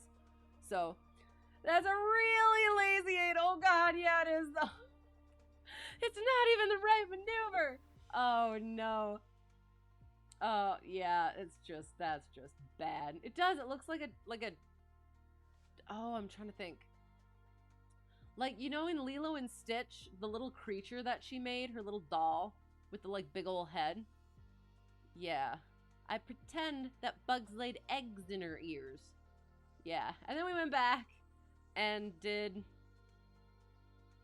I'm not sure what. Was that where I tried to do the aileron roll or the barrel roll and it didn't work very well? Yes. So then we came in... And we got into the upwind and turned around and we did our things and we did that because I was terrible and I started going that way, couldn't figure out why the runway was that way and I was going that way, and then I realized, and then we had to turn around again and do like a very terrible, not quite a teardrop. It's more like a melon or something. Or like one of those berries from Pokemon. Love Pokemon. Anyway, yeah, so, yeah, those are terrible patterns too, oh God. But we nailed all the things, kind of, maybe, almost. Anyway, oh, I'm so sorry. Sorry, that's so charming, I'm sure. So, you're at Binatvi. I'm not sure what that means. I'm sorry. Your abnav. Your abnav? I'm not sure. You can't tease too much, you're just a PPL, anything. You only did that maneuver once. No, you're not just a PPL. You are a PPL.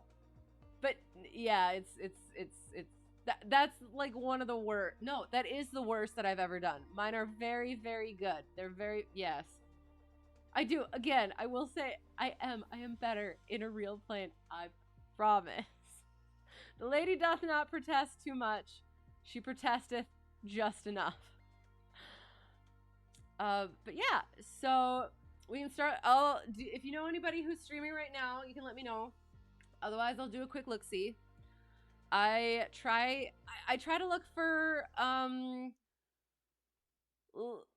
lower view count, newer people, GA sort of things. At this time, it usually is not too much is going on.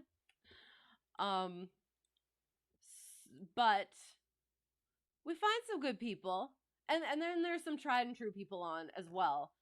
So if we want to go there, we can go there as well.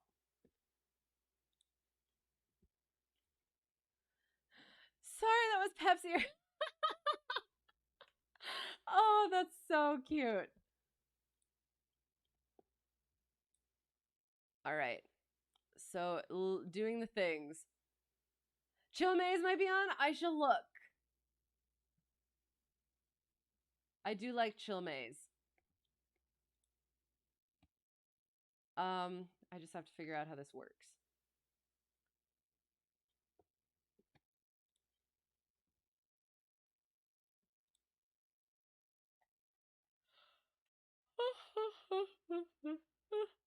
God, sorry, I keep forgetting. I will try to not do the things. I am not seeing the Chill Maze. You don't think he's on either? Okay, so I think that is. Yes. I don't think he is. Darn it. Okay. Any other suggestions? Let me know. Otherwise, I'll quick take a look. See.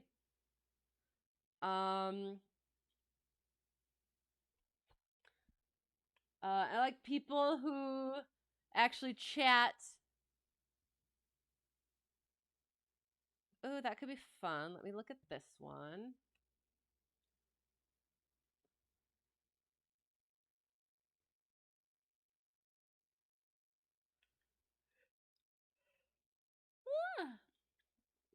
You think he just logged off? Okay, sounds good. Steerman driver is an airline pilot and he's super cool. Okie dokie. Let me look.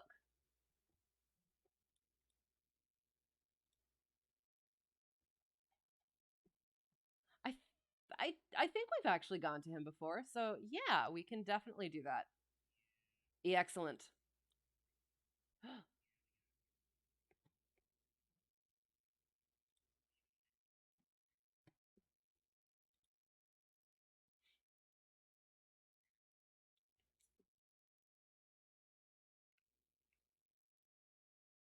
He's focused on doing shared cockpit, so not sure how chatty he is, but he's legit, and that's absolutely fine if he's doing.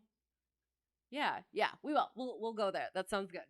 Yeah, no, if it's, I like different sorts of things. So like if it's like helpful and that's not what I want to do, raid.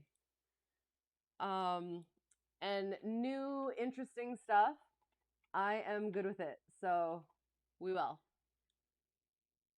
We'll go that way. No pressure. No, I like getting the ideas and the suggestions. So because I'm actually really bad at finding people. So we'll go there. I'll quick go over the things. So again, I think we've taken a break from Sherlock for now. So Thursday, I kind of want to say we won't do, just because I have some stuff going on this weekend that I have to get through, so I do need some sleep. So after this weekend, I might be able to start adjusting some things and maybe adding some different flying streams, maybe continue doing mock check rides on Tuesday and maybe add like the emergency practices on and VAT sim. I would like to get back to the VAT sim on like Thursday. Sunday we'll do hopefully Chips Challenge as usual. It will be the penultimate Chips Challenge stream, I believe. And then after that we'll figure out what we're doing there. So those are the things. I hope I didn't forget anything. Again, thank you for the raids, Stu222 and Sparky Pilot. Always love seeing you guys. Thank you very much, and having you here, and having everybody else here. Thank you for the follows. Thanks for putting up with me and my shenanigans.